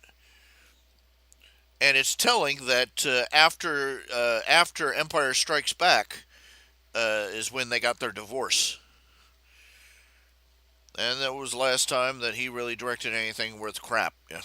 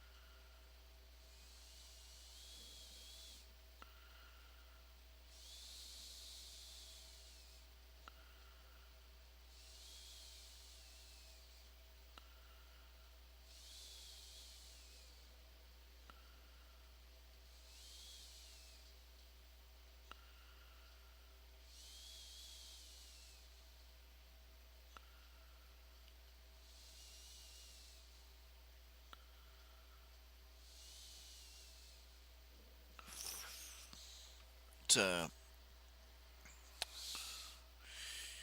Lucas, it is very very obvious. He is a mediocre director at best, who literally stumbled into a lucky break.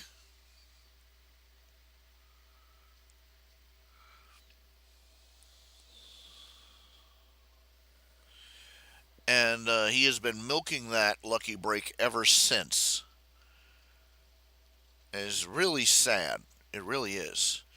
Now, I'll admit, I went and saw The Force Awakens. I saw The Force Awakens, and it wasn't bad. It wasn't bad, but it wasn't great either. For something that had as much buildup as that had, this was not, the epic, the world shaking epic event that it was made out to be. Because first of all, you had the sense that you went in, you watched it, you left, and you say, "I've seen all this before." Desert planet, Jedi, exiled Jedi Knight, blah blah. Some guy following the Force, blah blah blah blah. And what was really annoying is that they couldn't even bother with a training montage for Rey. She goes from a desert vagrant to a wielder of the Force without a single word of training. Luke Skywalker had some rudiment. It's implied. He had months of training with Obi-Wan, and then he had who knows how many months of training with Yoda, and then he had to do his own self training between the end of the Empire Strikes Back and the start of Return of the Jedi. God only knows how. Nobody knows how that long it's supposed to be. He's had at least a couple of years of on the fly in the field training as a Jedi. Anakin, literal lifetime of training. Obi-Wan, lifetime of training. Yoda, centuries of training.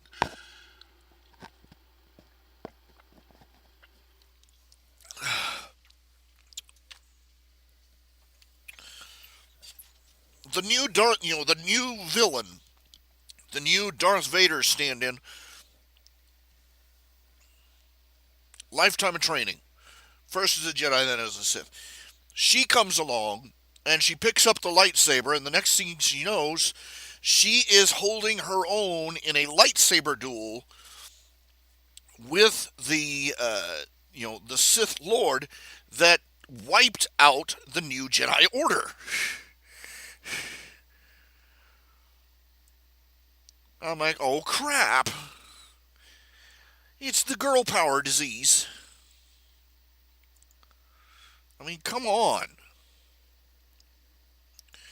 It's like it wasn't even like they were trying to be, girl power, blah, blah, feminism, blah blah blah.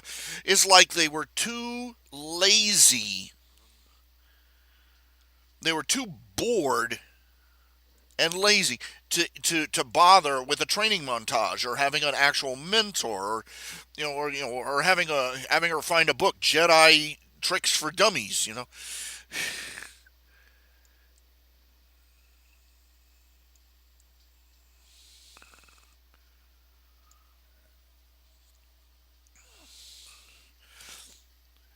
And of course, the poor black guy gets kicked to the guy that was the opening character gets kicked to the curb.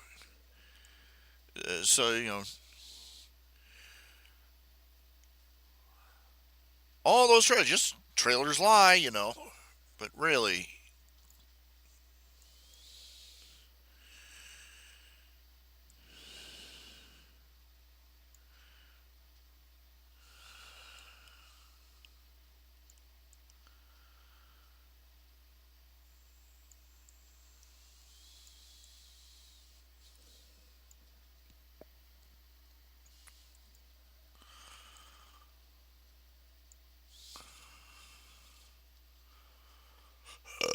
pardon.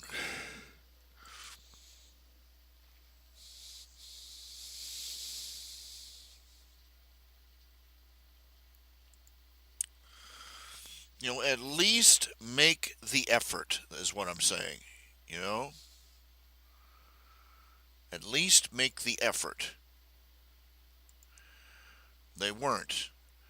I mean, they were so lazy that they didn't even come up with a new variation on the threat. The epic threat to the galaxy. What is it? It's another big freaking gun.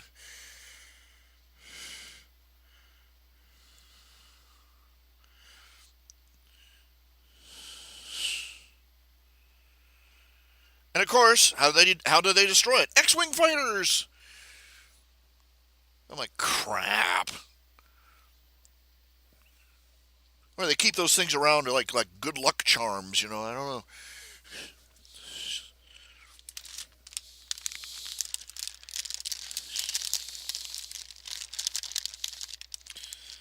Like Death Star repellent.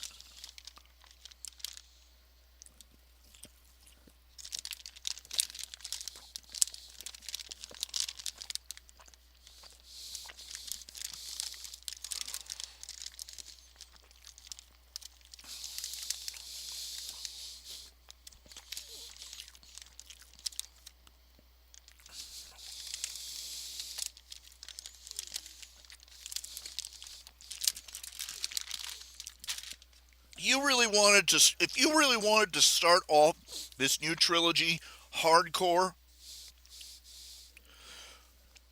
start them out with like, okay, fine, you want the big, super death ship of doom, right? Here we go.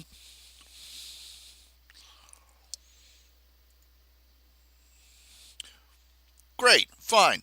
We'll do that. We'll have another Death Star, right? And we'll have the epic battle and thousands of ships, flinging themselves at this thing to destroy it. And dun dun dun, dun boom, it blows up.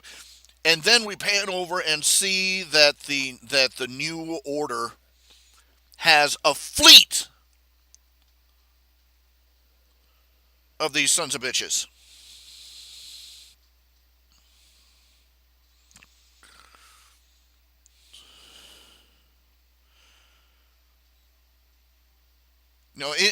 Instead of a great big bullship, make it like a super ultra mega hyper death destroyer with a big frickin' gun built down the middle, and then they destroy this super death ship, and then suddenly there's like 1,000 of them in the sky. That's how you start off a new chapter in the whole Star Wars epic saga, where you find out that it's not a matter of sink the Bismarck anymore.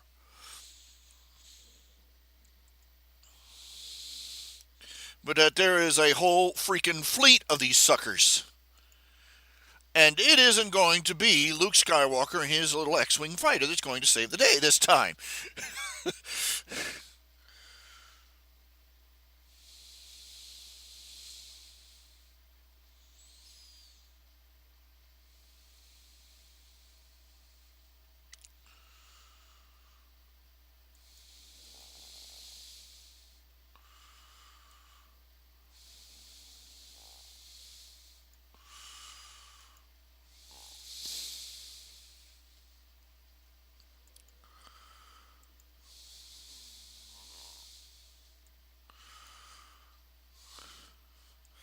Then it just might be a bit more of a challenge than flying, a few dozen fighter pilots down a trench.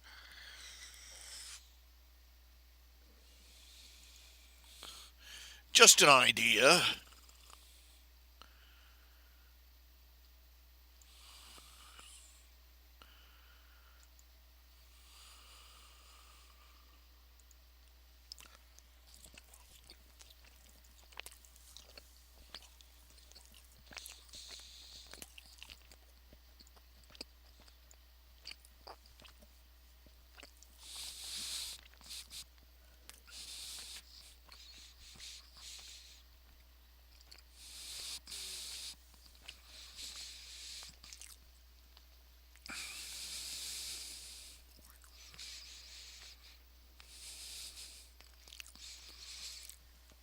The animated programs, I never watched the animated programs.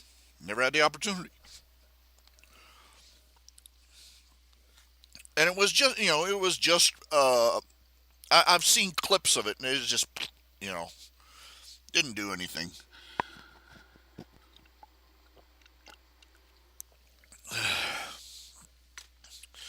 Those things, they weren't Star Wars Christmas special awful, but they weren't exactly inspiring.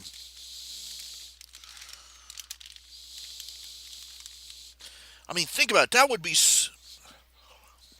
Think about it. You're trying to start off this new menace to the galaxy, right? And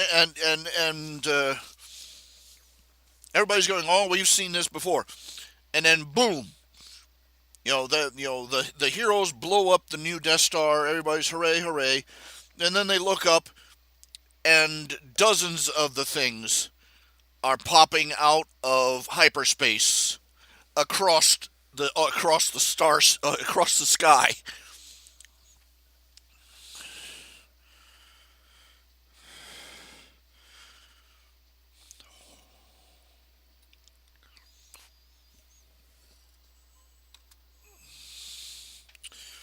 I'm liking the fact that in the expanded universe there are more than just the Jedi and the Sith.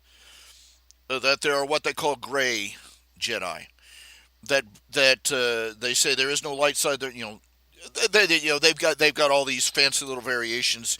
They've got light side Jedi who use dark force powers, and then they've got Jedi who are middle of the way and say there is no good, there is no good, and then they have the what, but it boils down to the fact that there's more to it than just the Sith or the Jedi. Basically, because Lucas wrote himself into a corner with the Jedi.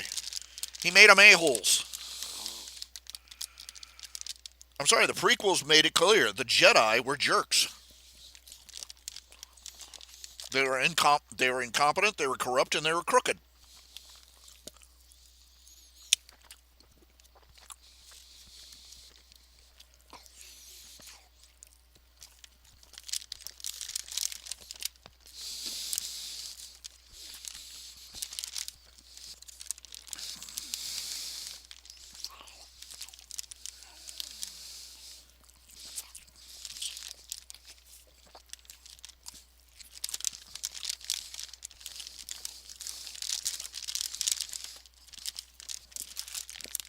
As one columnist put it this way.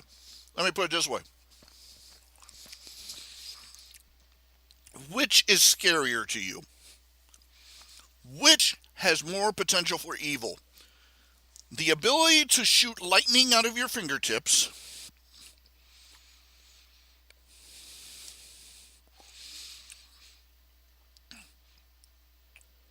or a dude with mind control powers, or dudes with mind control powers who spend all their time hanging around the heads of state.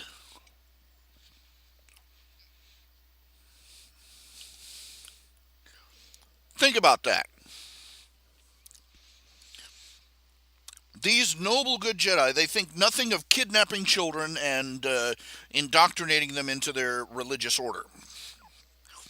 They also thought absolutely nothing about using clones, armies of clones, as cannon fodder.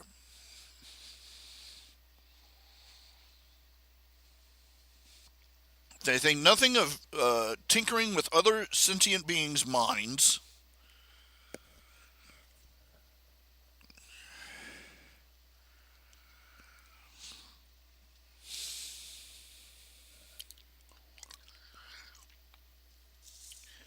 And when they suspect the leader, they didn't even have any proof, just the word of one mentally disturbed member of their order that the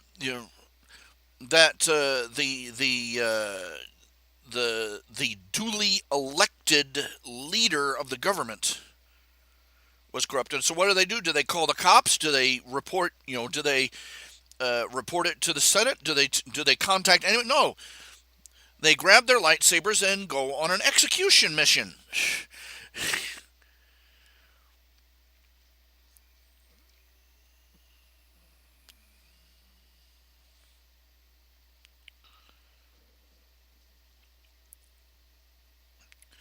And it's really said that thanks to pretty much every single word that came out of Obi-Wan's mouth was an outright lie from the moment he appeared on screen in Star Wars. Thanks to the prequels, literally everything he ever said was a lie. The first thing out of his mouth, he says, Luke Skywalker shows up. This is this R2 unit says he belongs to you. And Obi-Wan looks right at him, looks at a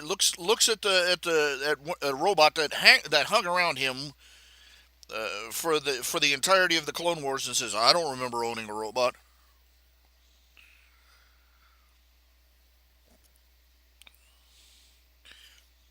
And then he spends an entire movie. He and Yoda spend 2 movies grooming this kid to murder his own father. Think about that.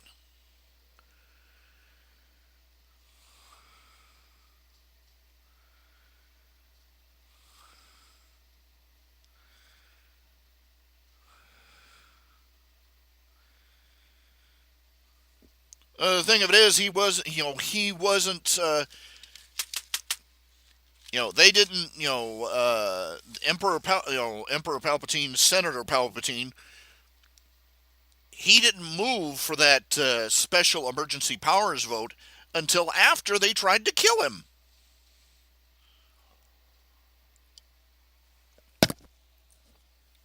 There's no denying that the Sith did evil things. My word. But the Jedi are getting a whitewash here.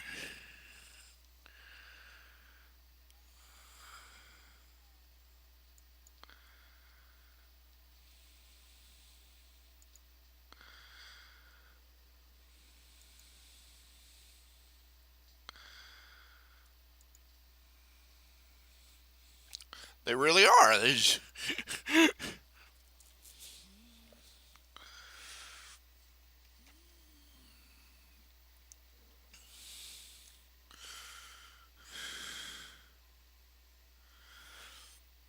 Think about it.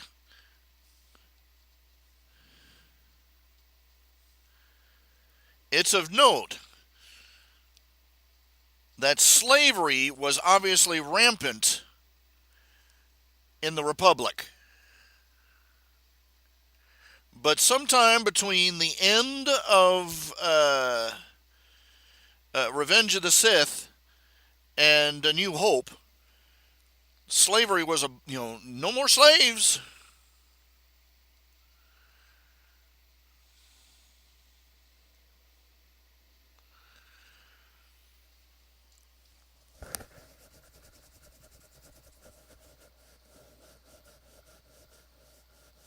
So you can't fault them on how on their leadership. All the you look at these movies, and up until the moment they blow up Alderaan, all the villainy and all the evil deeds that the Empire has supposedly done are informed. You know, the you just take the rebels' word at it.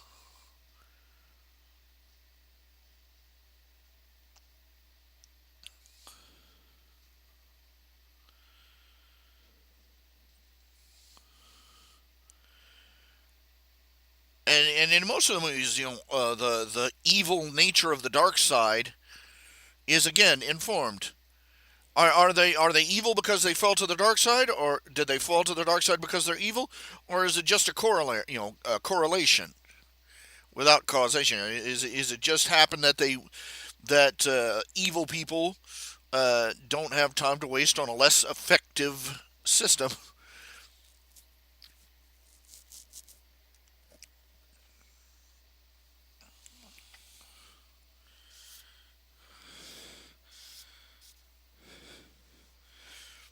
The basic principle is that of using a firearm is the villain bad because he uses a gun, or is the gun bad because it's used by a villain, or is it neither?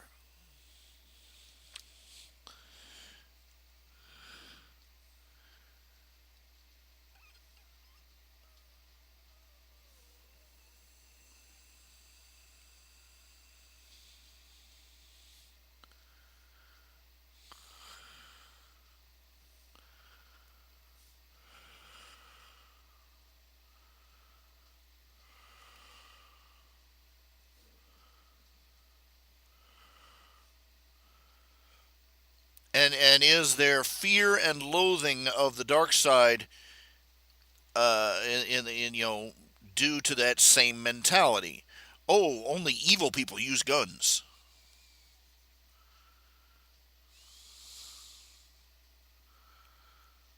Think about it.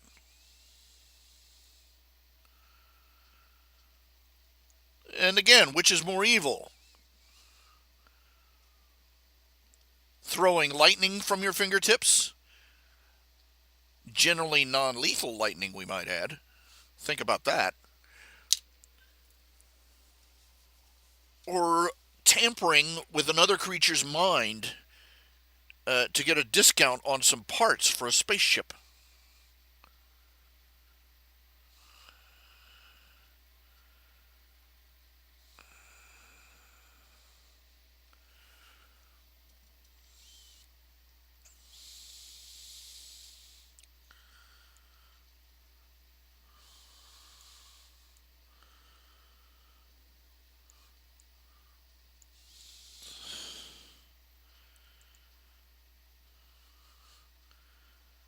Of course, let's be fair here. Uh,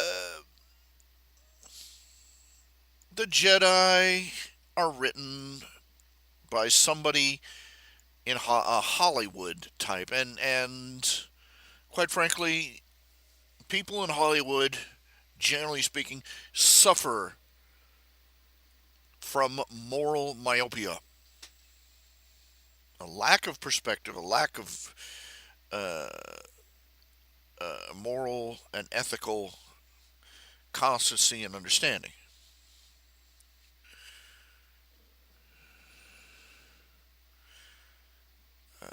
This is how this is the dark side of the force, and using the dark force powers.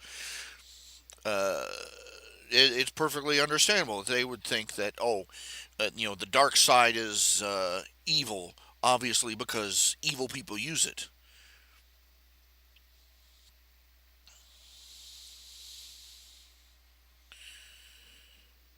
In the same way they think that guns are evil because evil people will use guns to do evil things.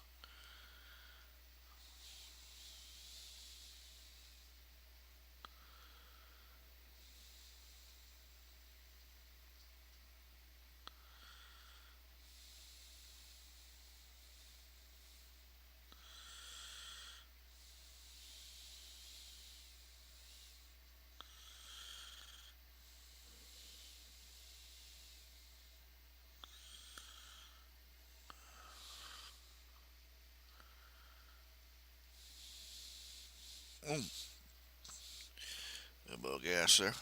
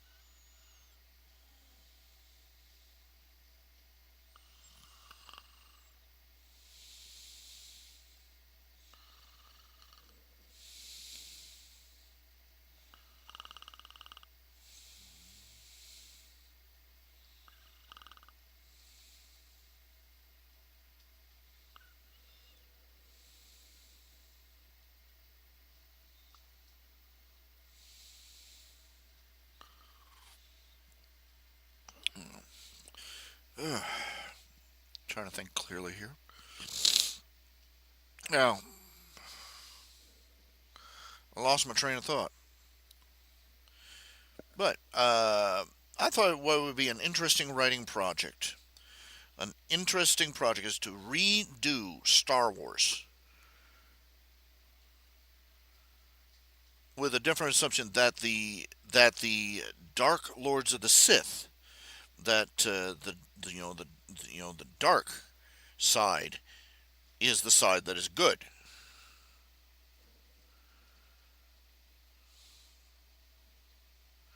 That the light side represents this cold, utilitarian,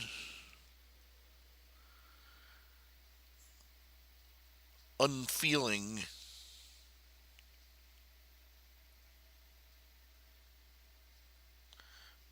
uh, utopian delusion.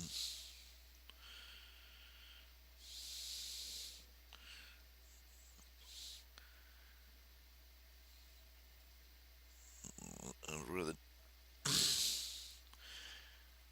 goodness. And where the dark side represents the emotions, the passions, including the uh, more divine ones, the higher ones, such as loyalty and love and courage and simple, the simple exhilaration of living.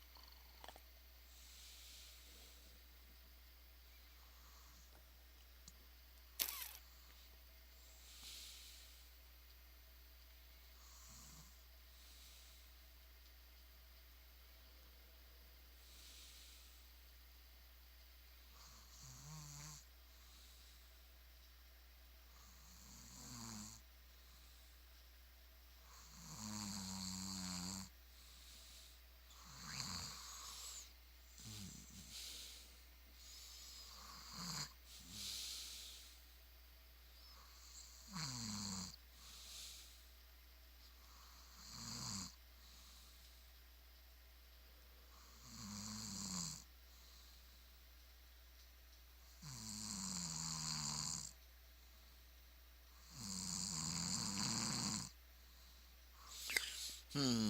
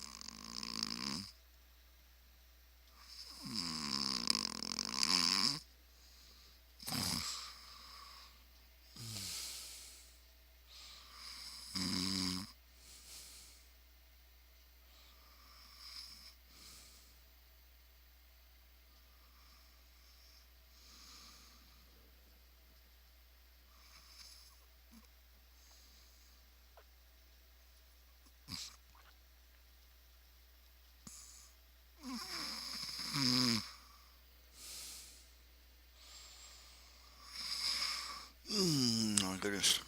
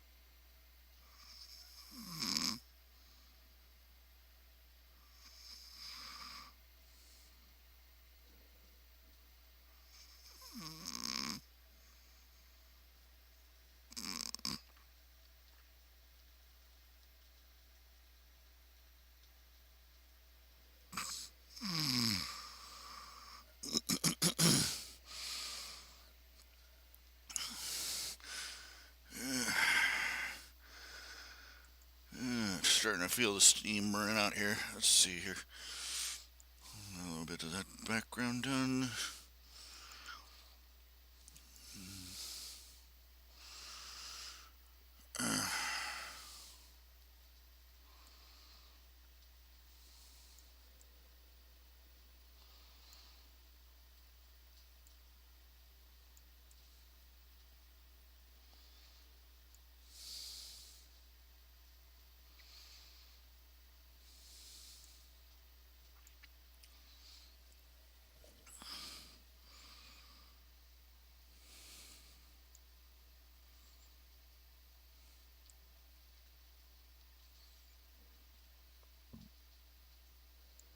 Mm.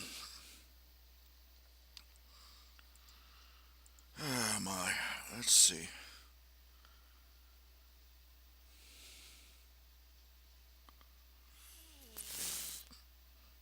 Now, there's two ways to take that whole Yoda statement about the Sith having only one master and apprentice.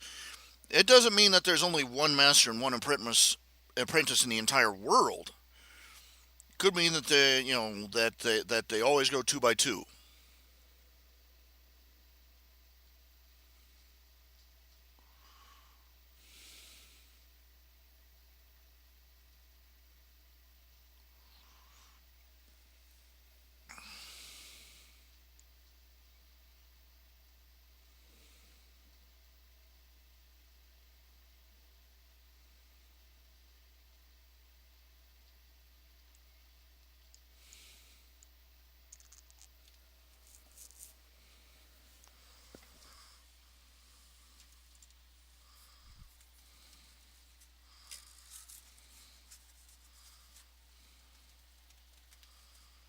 Uh, Legs are cold. Ugh.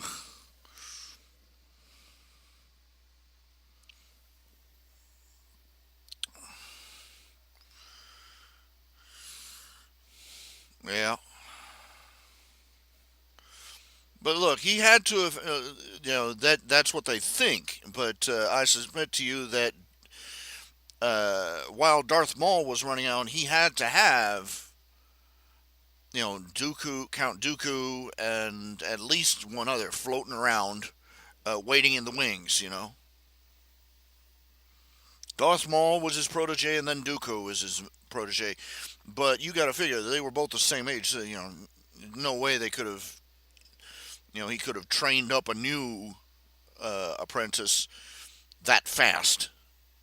So that one on one, that always two thing made. He may have just been referring to the fact that where there's an apprentice, there's a master.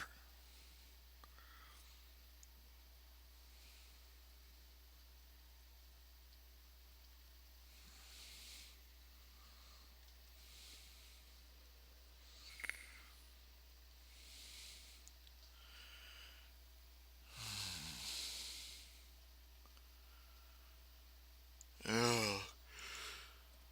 Okay.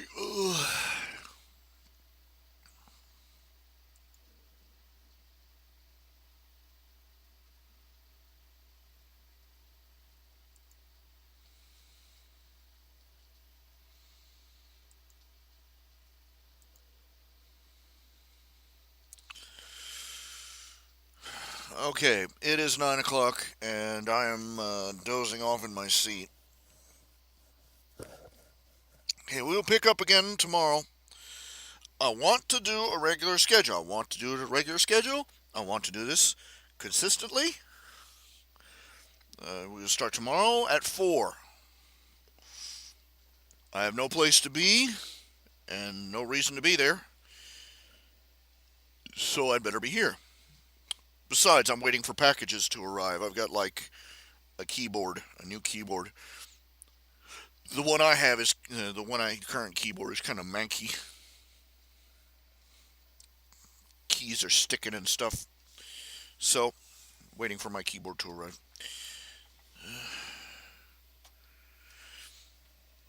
If I could, I'd grocery shop by mail if I could. But nobody delivers eggs and milk.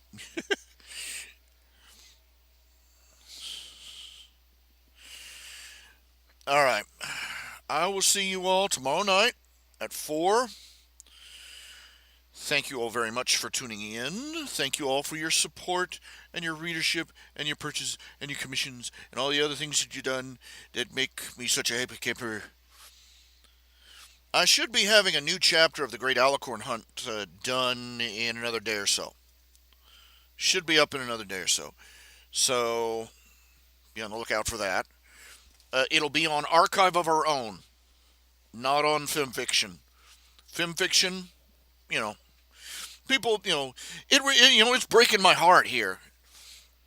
The day I went online to finally delete all my stories, all Film Fiction, everybody was like, "Oh no, don't leave, don't leave." All these people coming out of the way, and I was getting new readers to boot at about that time. People were, favoriting and signing up and subscribing, and I'm like, "Oh crap," you know.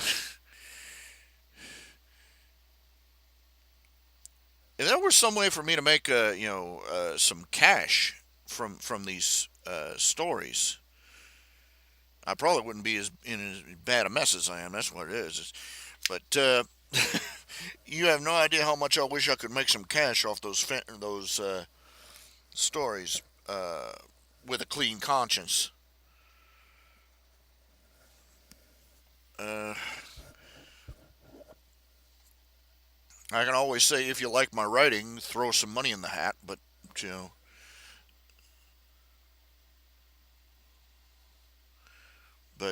yeah. But anyway,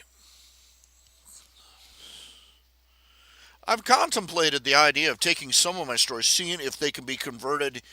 If with a rewrite, if they could be rewritten into being non fan fiction.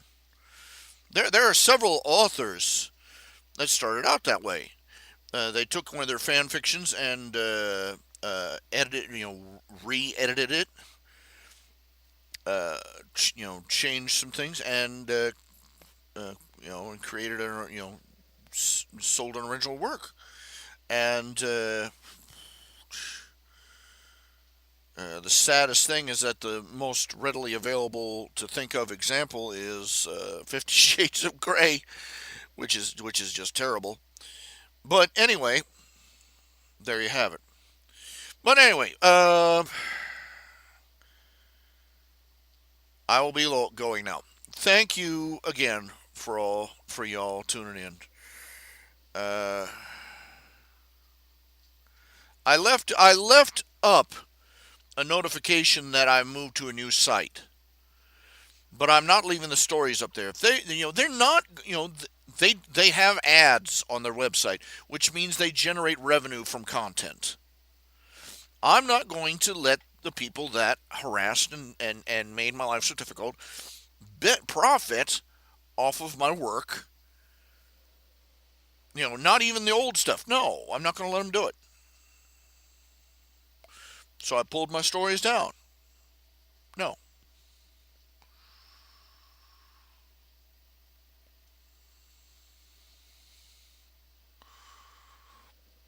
they can earn their own money for a change.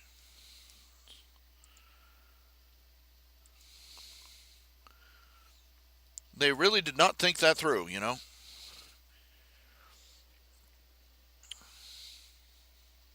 I know I'm not an easy person to get along with. I also know that the things I believe and I know to be true are not very popular, especially not right now.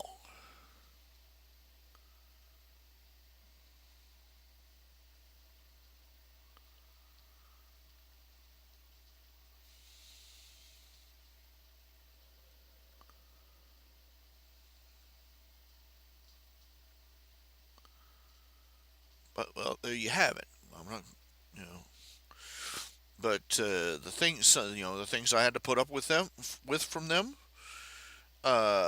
First of all, it was bad enough when it was just the people writing in the comments, just these nasty little people uh, harassing me. But then the admins started getting in on the act, and I'm not going to stick around and wait for it to get any worse.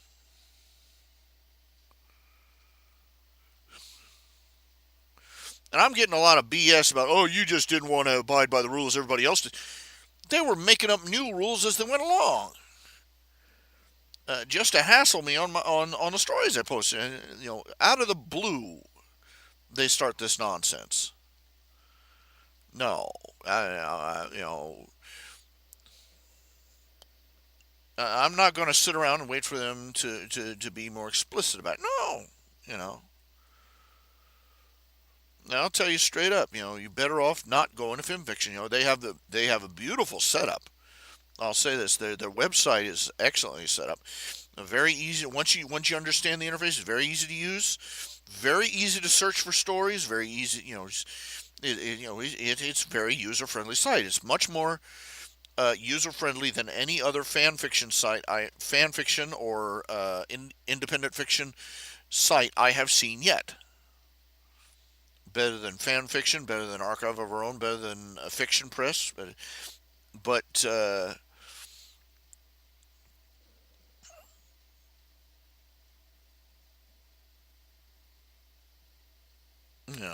they put up with things that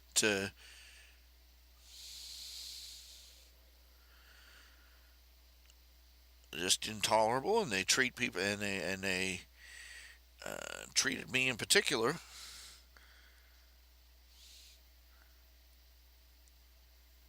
like something rancid. I'm not in the mood for that. I'm not. They are not worth the trouble. I don't care how little trouble you think that trouble is. They weren't worth it.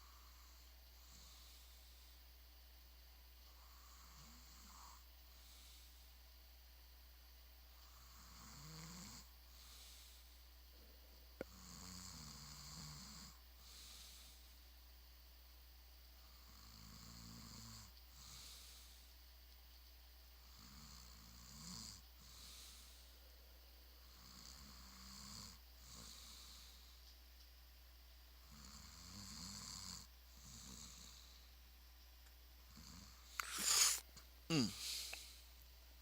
Anyway, yeah. Well, this is it. I'll call you. I'll see you tomorrow. Y'all take care. Good night.